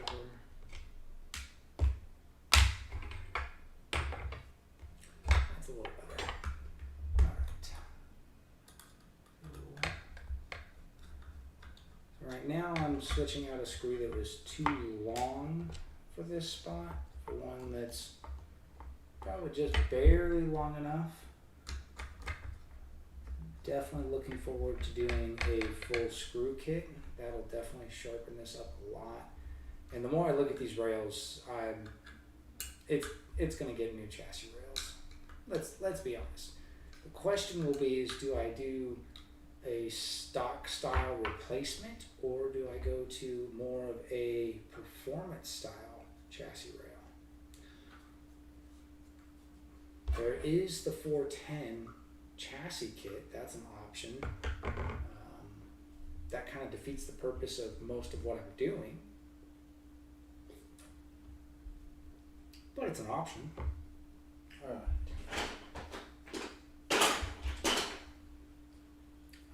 here we go. This piece, which goes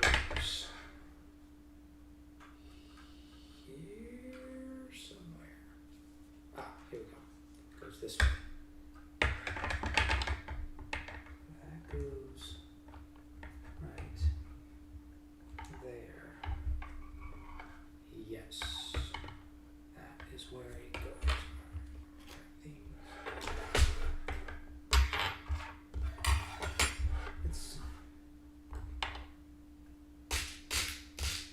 So if you had to take your pick, some feedback would be great. What body, if I was to build this into a C1 truck, what body would you want to see done up for this? Now, for the sake of diversity, wow, that is a wasted screw. That one needs to go in the trash. There's like no threads left on it. For the sake of diversity of options, Don't worry about wheelbase. The wheelbase does not need to match a typical SCX 10-12-3. I'm not looking for it to be, a perfect, this body works. I'm looking for what body, if this was going to be your truck and you could go and pick the body you'd want to build on it, what body would you put on here to complete this truck as a C1 build, as a Class 1 build? And I am walking in the screws department.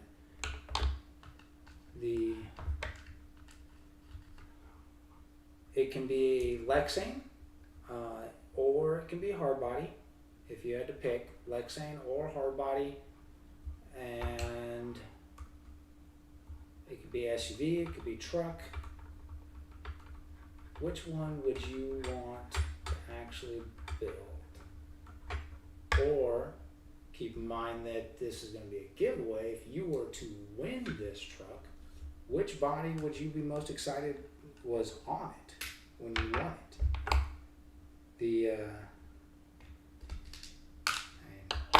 There's the classic Mojave body, whether Marlin or full Mojave 2, either one of those. I mean, there's a lot of those out there though, so if you were looking, I really like them, so I don't mind building them or having them, but there is quite a few of them out there. Or there's the new, what is it, it's like an 86 Toyota pickup extended cab body. It's a pretty good looking body that our 4-wheel drive's got. There's the K5, of course. That's always an option. There's some 3D printed options. I don't know if I would go that route for this build. 3D printed bodies, they're a lot of work, and it's not that I'm afraid of a lot of work. It's just they're a lot of work, and they're not as durable. Even the high quality 3D printed stuff that's really expensive, like some of the Shapeways stuff, it's not as durable as, man, that is a cheesy setup right there. I don't like it, but it works, I guess. They're not as durable as an injected molded body is, so I'm hesitant to do one of those on something that's going to be a giveaway build. So I would say, I mean, if there's one that you really like the idea of, I would be more than happy to look at it. Don't get me wrong for 2 seconds. I like, can't hold on to that.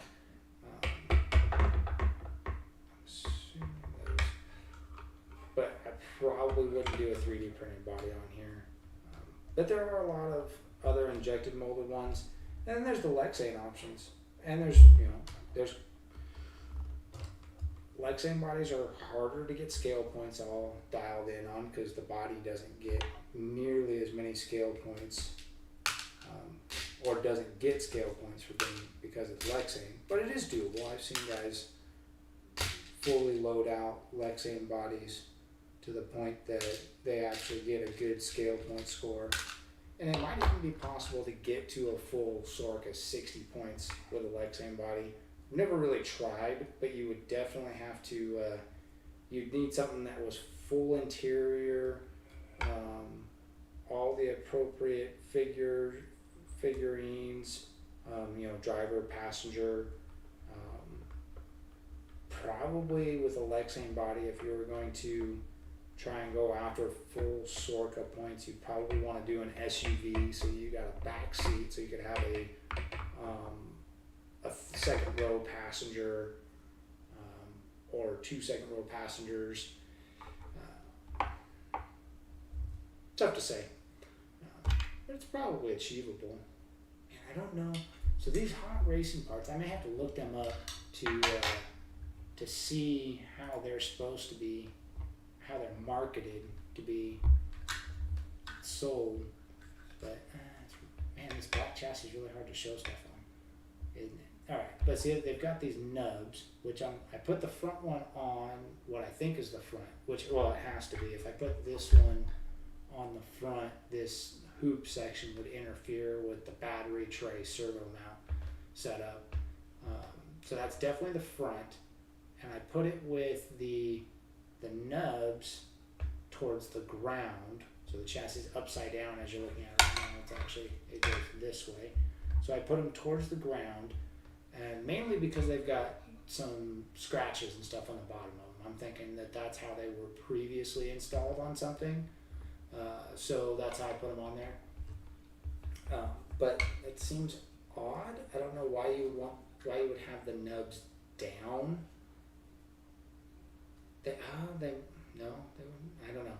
I think I'm gonna flip it over. I'm gonna put the nubs up because then it's one less thing to catch on the front end.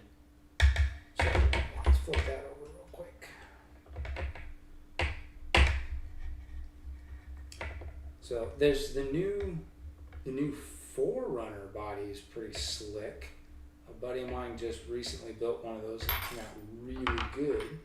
It's actually on an SCX-10-2 chassis too. So that's I could hit him up to find out what he had to do to make that work. Or maybe I could just, snag his trucks and replace it with this whole box of parts. We'll find out if he watches this video, because he'll probably object to that if he does. But okay. So I tried to put that on the other way because I wanted the nubs to not be hanging down, and all right, you can kind of see it right there. The screw hole is not centered in the rail or on the aluminum piece, one or the other, so it won't actually bolt in right that way. So the nubs definitely go down. Lesson learned. Man, we're burning. Oh man, I've got a half hour to turn this into a cider. Ooh. All right. Focus. It's doable, right? This is doable. Half hour to make this a cider. Yeah, we'll make it happen. All right. Front one's on. I don't know if there's any more bracing that goes back here in the back, but I'm not going to put it in the end. At least not right now. We're going to put this rear bumper. Oh, there has to be something else that goes in there, right? Because that's a long ways to be unbraced. But then again, that could be part of why the chassis is tweaked so bad, because it is unbraced. Nah, there's something else that goes back there. It's gotta be.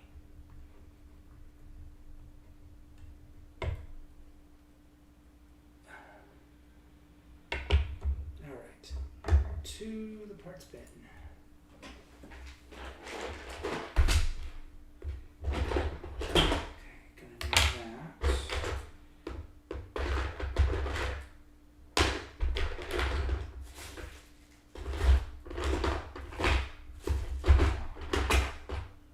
That piece. There's that piece and that piece. Those look like chassis parts. This one's curved. Where would you go? Can't go there.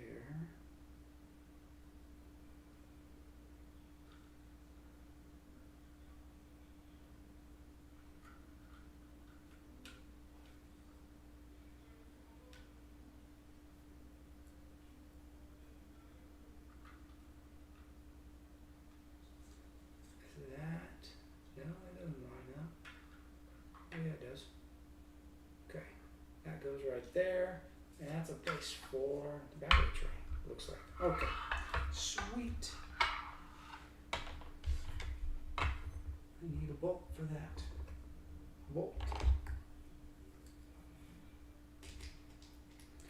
So the first thing that I'll be ordering is hardware. Probably won't be the final hardware that goes into this. But I'll be ordering a bunch more hardware to at least restock my hardware bins that are definitely well low, preventing me from making good bolt size choices. moderate choices, not terrible, but good choices.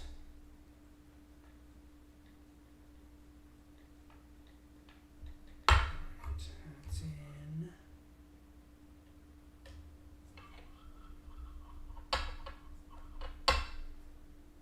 And the aluminum on the table makes the worst little screechy noise.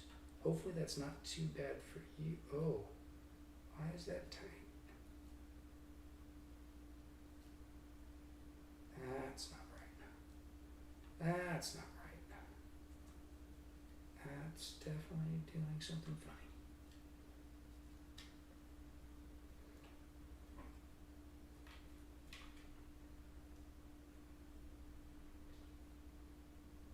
Man, I would expect that bolt to just fall through that hole first.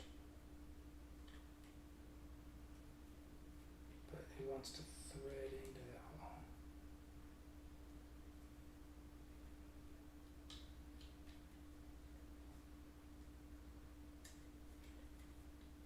Oh, this is a pain. I don't like this setup at all. So this will probably be something I change. I do plan on making some custom parts for this. Probably a combination of 3D printed stuff, maybe some formed sheet metal parts.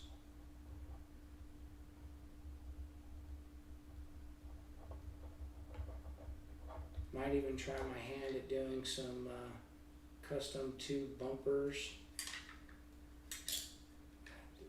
Oh, there we go. That'll depend on the body though. And doing bumpers are really body specific. And there's a lot of generics out there, but let's be honest. If a bumper's not built specifically to fit a body, then it just doesn't look good. They're just bulky and ugly. So, but depending on the body, if two bumpers are appropriate, I might try my hand at doing that and apply some skills there. And then worst case, if that comes out terrible, I will look at somebody else I know that is good at it to actually braze up some bumpers for me. Okay, battery tray brace is in. Rear chassis brace. Well, one side is ugly and one side is not. We're going to put the not ugly side down, I think. Because then when you look at the bottom of the chassis, it doesn't look ugly. See, do those holes line up? Yeah. If it's flipped over, do they line up? Nope. Alright, so my logic is right. Don't know if that's the right direction for it without the instructions, but we're gonna go with it. It's gonna go right here for now until we find out that that's the wrong spot, which is, you know, a high probability. Appropriate length hardware is at a premium. So, nope, I gotta be short.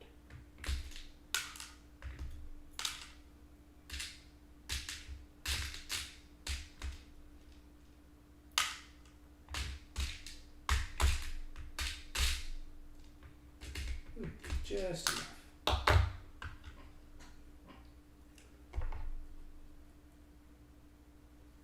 So what's if there's anybody who sees watching at this point, do you happen to know of a good source for bulk hardware? I don't really want to do a K&K model specific hardware kit, because if I change anything, then I'm not going to have the appropriate hardware per se, possibly, to accommodate the changes. There we go, half the chassis. So I'd like to do a probably end up just doing a bulk hardware deal, which will be nice because then it'll give me more stock hardware. Oh man, this frame rail is tweaked. Yeah, this is definitely not supposed to be a curved frame rail. It's just bent.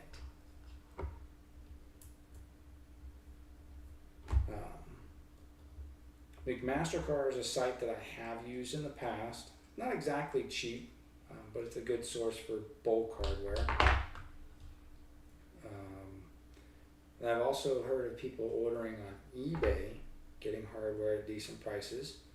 If you happen to know of sources for that, you want to drop me a link down below the video in the comments, or throw me a message on the book, and let me know what might be a good source,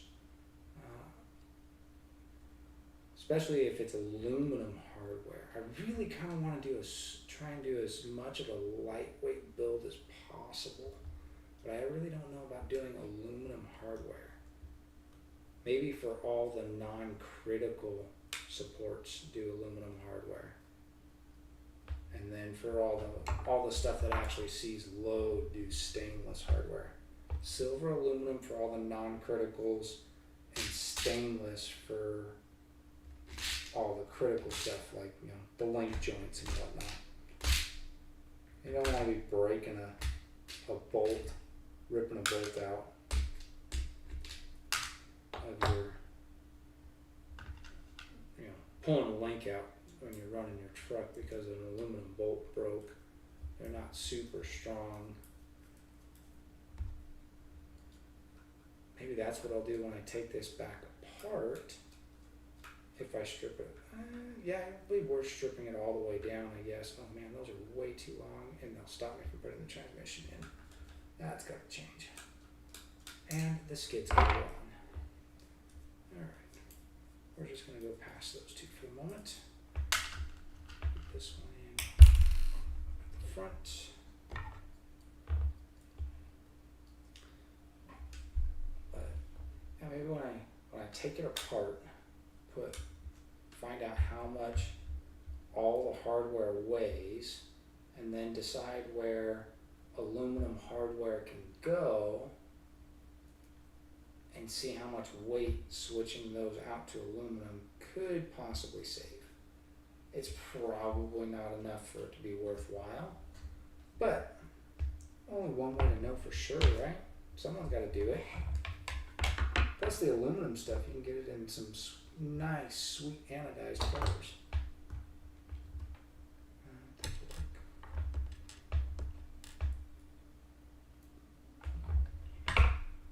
I don't know. I'm not huge on the bling on the trail trucks. It just not me. I tend to use the black oxide most because it disappears. Only downside to these black oxide though is if they do get wet, they will rust. I mean, they're semi-rust resistant, but they will rust. So that hole's a little wallered. Supposed to go there. Oh no, screw's supposed to go there. Oh, this frame is definitely tweakered.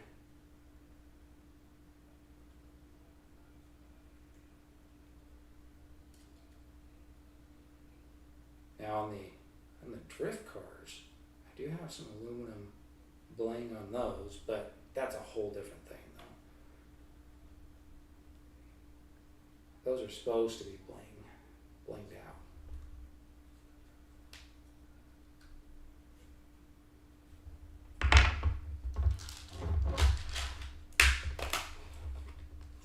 Ugh. Hardware is at a premium. Definitely. I don't even know if I'm going to have enough hardware to get this to be a slider.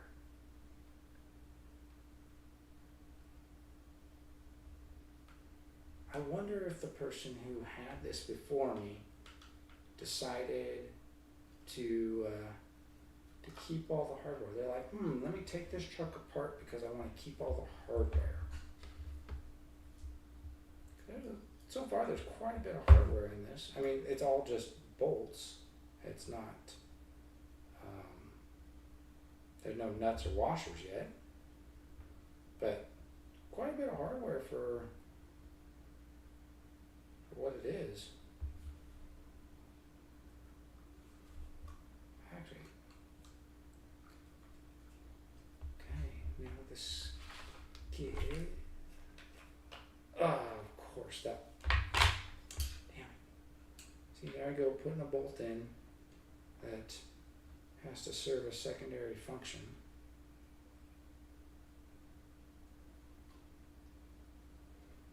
Of holding this piece on. Which I would expect that hole to not require the bolt to be spun through it, but it does. And it's just a snap. That's good. I think it's not ruined. I think some of these, the hardware was actually supposed to be smaller, and the wrong hardware may have been in it before, because it looks like this chassis rail almost had threads cut in it. That's probably supposed to be an M2.5. I think somebody maybe have forced an M2 or an M3 into it. Whatever the case, I just put an M3 in it, and it seemed to work, so we'll leave that in there for now.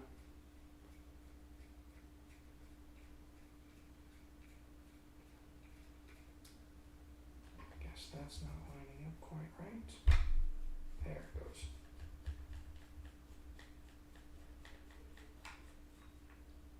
The other thing that we'll be doing with this chassis throughout the upgrade build of this chassis is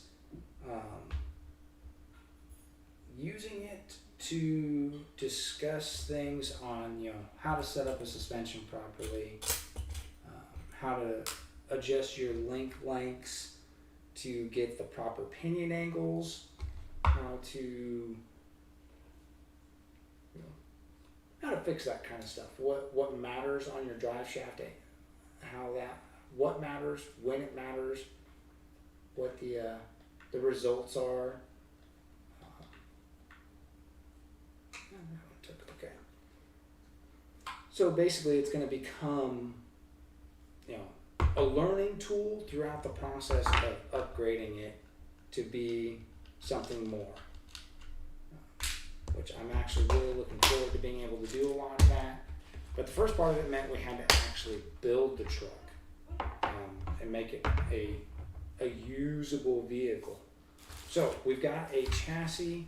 I've got 17 minutes to, there's a rod end and a socket head. Random little bits coming out of this bag. We've got 17 minutes to throw some links on here and sling some axles, and I'll have a slider minus transmission. It's not too bad. If we can manage to pull that off and get the, at least look at the transmission to see if it's out there, I'll be happy. Okay, so that one's not quite straight. Those are two different lengths. I've got different ends, different rod ends, different pivot balls. These are pretty long. I'm definitely guessing this was a 12.3 wheelbase. That's got to be a pan. That one's got no pivot balls.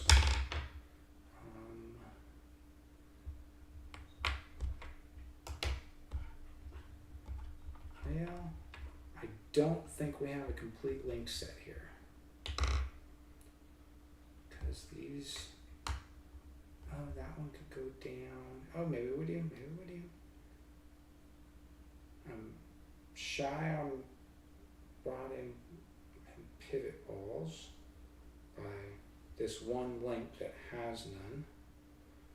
So I might rob those out of the drag link because we're not putting a servo on today.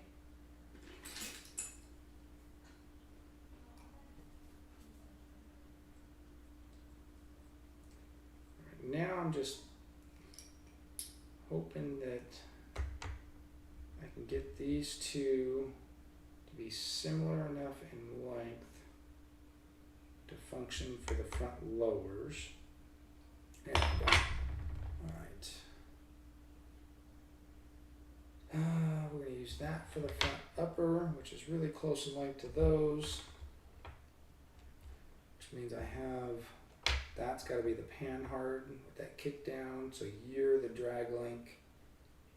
So we need pivot ball out of, oh man, these rod ends are shot. I can pop the pivot ball out with no tools. That's definitely not ideal. And I can pop it in without any tools either. These are wasted. Let's see if the other end goes.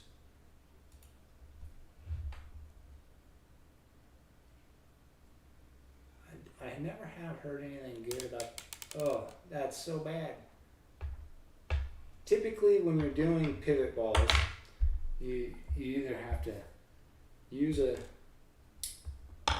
jimmy rig setup to make it happen, or like this one I popped in by hand, which you shouldn't be able to do. If you can pop the pivot balls in and out like that by hand, that is not ideal. And these are worn out. This is gonna fail on the trail. It's terrible.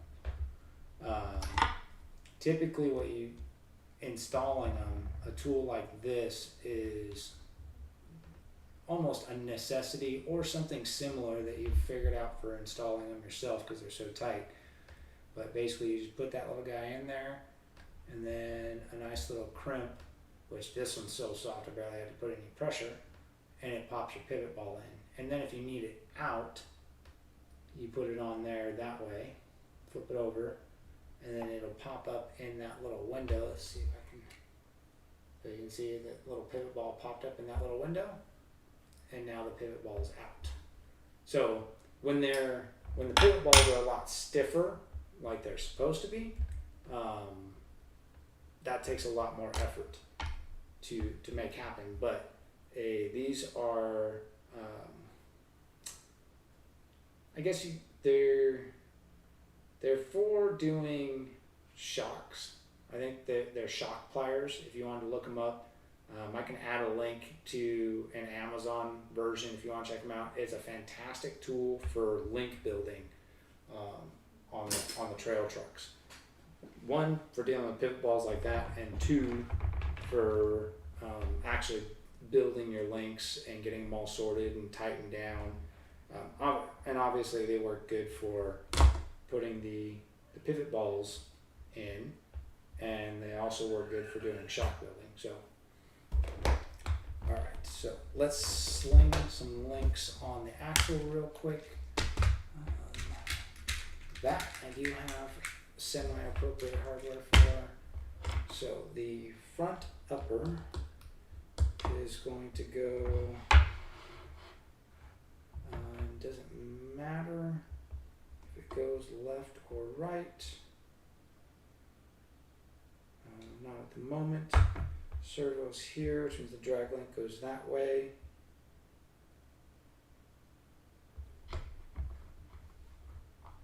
Means the panhard goes that way, so okay. So I'll get into that when we do the video. What I was just thinking through in my head when I do the video on links, why I'm going to put it in the direction I'm going to put it in. There is geometry. It can work a lot of ways, but there is geometry that works best. There can be reasons to do it differently, but there is a technically correct way to organize your front links when you're doing a 3-link with panhard. It's not the end-all be-all, and I'm not saying other ways don't work, but that doesn't make them technically correct. Again, I would have expected these housings for the bolt to actually just go through, but apparently that is not the case, which means this bolt is actually not going to work there. Need to swap it for one that's fully threaded. That's very interesting. But it's not. I don't know, it's just very different how some of the stuff on this axial is done compared to most of the trucks I've worked on. Put that one in there, is that long enough? No, not long enough. That is.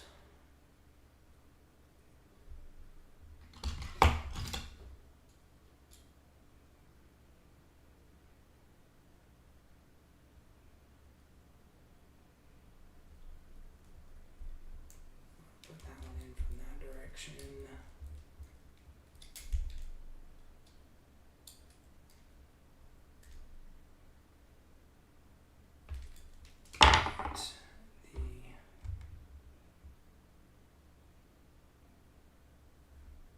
It's got some very odd rod ends combinations, but we're going to go with this link for here. Well, actually, I'm going to get this actually slung on the truck, and it's not going to, the axle is going to hang really funny. I already see it happening. But that's okay, because one of the things that we have upcoming, actually I think next week, is fixing link lengths, figuring out what you actually need, and building custom links that will look good and put your axles right where you want them, and doing it for, you know, relatively inexpensive, because links can be pricey. So we want to keep the price down, because the cheaper we can do it, the more we can do. And I don't mean to be cheap, but at the same time, you just throw money away on really expensive stuff doesn't necessarily mean your truck is going to be good, and it also means that you can't have as much stuff. And I like to have lots of stuff, because when one truck fails, I like to have another one to pull out. Or, as you can tell from all of my different stuff, I like to have multiple projects going on, because sometimes one stalls out and you gotta wait on stuff, so you work on another one. Wow, these rod ends are terrible. There we go. Now maybe someday I'll get cool and I'll get a, oh yeah, there's no screws holding that one in. Hey, that'll make a difference. Guess I didn't bolt those ones on. What is that? This rod end's got a booger on it. Alright, it's not a booger, it's part of a part screw that didn't ever get trimmed off. That's a worn out rod end, which means it was used this way.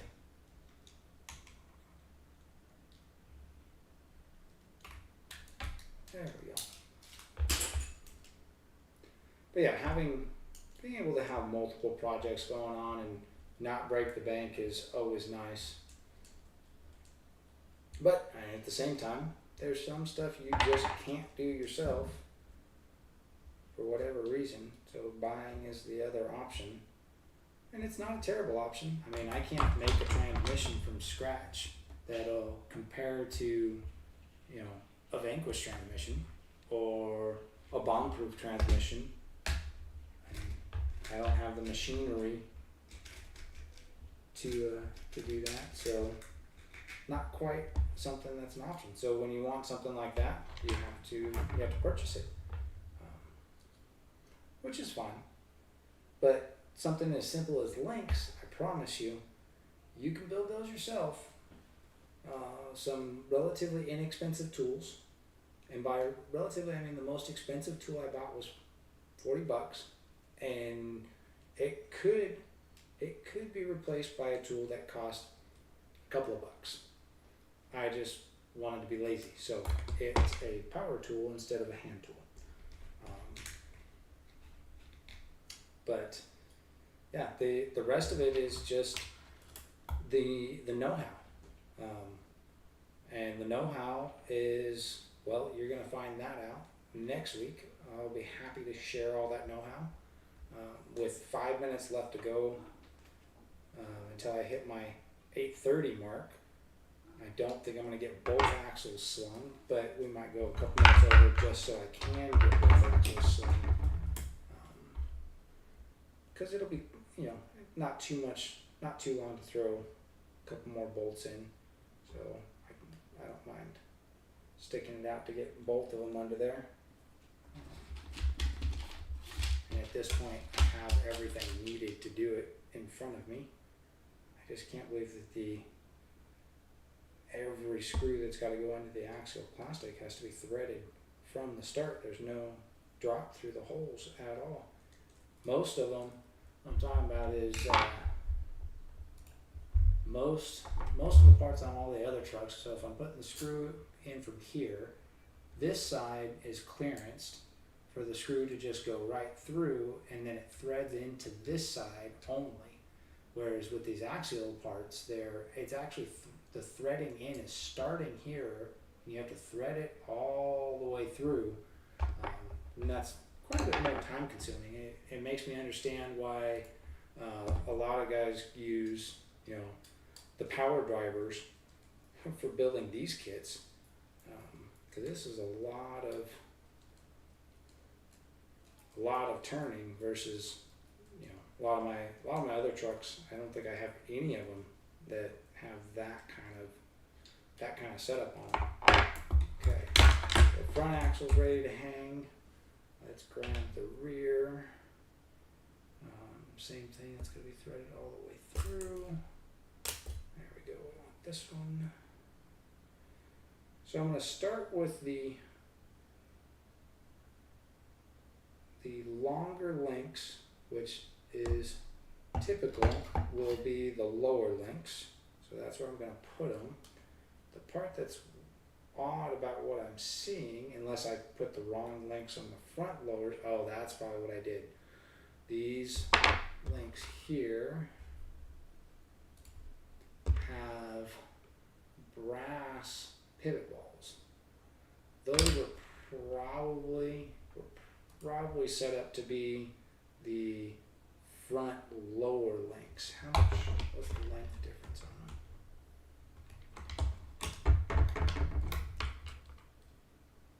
on them? They're a little bit long. So we'll find out. They're going to end up in the rear upper position, which is not where you would want brass, but that's where they're going to go. Ooh, no. They don't fit. They don't fit. The brass pivot balls are too wide.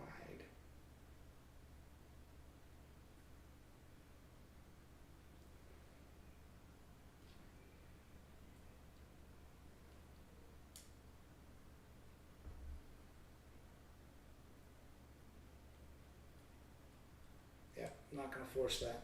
Okay. Well, that's a bummer. Can we at least hang this one? So since the brass pivot balls are too wide to properly fit, and I don't want to force them and crack the housing, I'm going to not install them.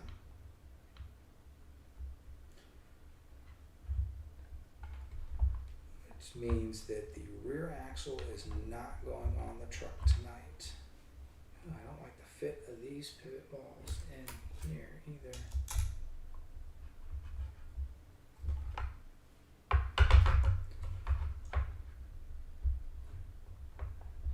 Nope.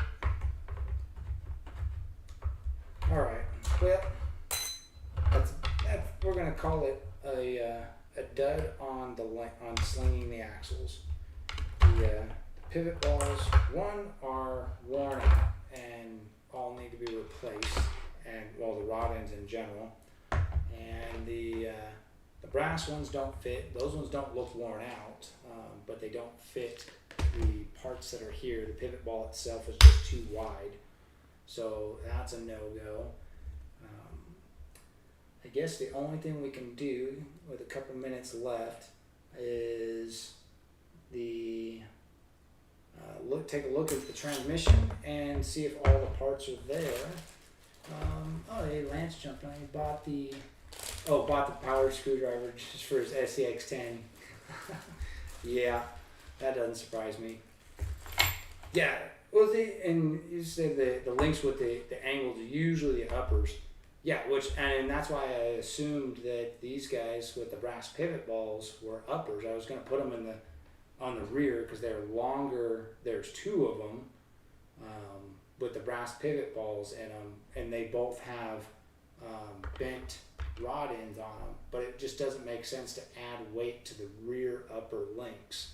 But either way, this needs a whole new link kit for it set up. So I'll end up just doing a full custom set. Okay, so this has got a serious lower gear in it. This guy is not gonna fail.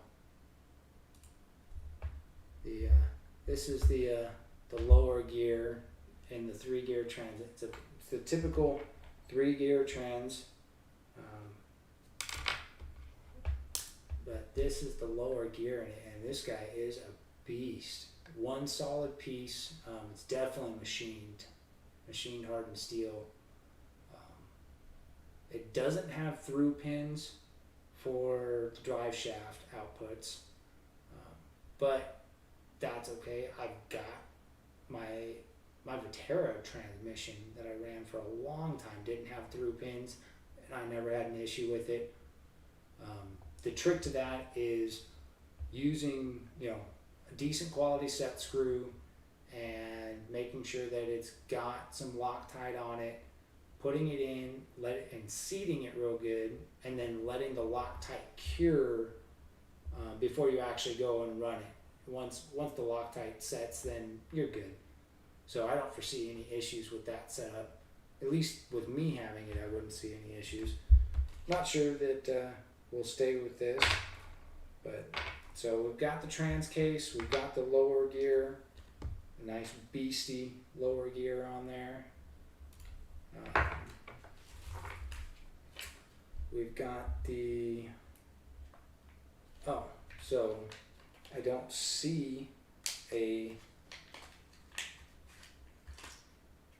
we've got the parts to do the, I switched camera. Got the parts to do the stock style. I think this is for the stock style, excuse me, for the stock style lower gear instead of that big old beastie upgrade. So I'll go ahead and hold on to those in a little baggie, but those will definitely not be going back in unless there's a problem. What else we got in here? It looks like we have all the gears for the transmission. There's the idler gear and top gear, and it's got the pin. Looks like transmission needs bearings put in it, but complete internals, because the bearings for this should be over there in the bearing kit. We got more of that hot glue we got to get rid of, and I think we got everything we need to put the spur gear set up together. Let's see. Yeah, we got the motor mount plate, the spur gear rear guard, a spur gear with, it's a 32 pitch, probably the stock spur gear. Yeah, 56 teeth. The clutch disc on it, both clutch plates, a compression tube, and the spring and the nut. So looks like I have a complete transmission here, minus bearings, which should be the remaining bearings in my bearing kit. Should all go on that transmission. So that's a win there. We'll get that transmission put together, and I think that I got some ordering to do. I have an idea now of what's at least up into where I'm at. I've got an idea of what needs to be had. I need screws, need new rod ends, definitely need some M2.5 so I can finish that. I need the kingpin screws, or I'll actually look it up if it's kingpins, if it's regular screws with sleeves. Whichever one, I'll set that up, or maybe I'll start looking at housing upgrades, because there's a few other things on these housings that's a little rough. And yeah, and hopefully the next time we can get this on the channel, maybe I'll have it a little bit more together at that point, so that we can actually get into some of the technical setup stuff. And or maybe I won't have it more together. We'll have to see. That'll probably be next month. I think that this is going to be a once a month feature on one Sunday a month that I work on this, unless something awesome comes in. If I order up some nice new parts to do the rebuild, but I won't do the full the upgrade rebuild program on this until it's at least a rolling chassis. Once it's a roller, then we can start looking at what'll make it better. But anyhow, thanks for dropping in and hanging out with me tonight on this live, and we'll see you on the next one. Don't forget, 1K giveaway. That's when this truck will go. And I promise, even though it looks like a bucket of shit right now, that by the time this build is done, it'll be one worth owning. That I can promise you. So share it around, let them know, get it out there. 1,000 subscribers on the channel, 1,000 followers on Facebook. Make sure you subscribe, like the Facebook channel. Once that happens, I'll get this build raffled off. If it happens, before this is done, we'll raffle off. Maybe I'll talk with the new owner about finishing it, quote unquote finishing it, before it gets sent out. If it's not done by the time that happens, it probably will be though. I don't expect the channel to grow that fast. So anyhow, we'll see you next week. Don't forget to check out the video of my TF2 right up there, killing it out on the rocks in Edmond yesterday. That truck is just super stoked. It's working great. It's time to stop fussing with it. Wait, no, I still got to wire up the lights. Dang it. Anyhow, we'll see you next time.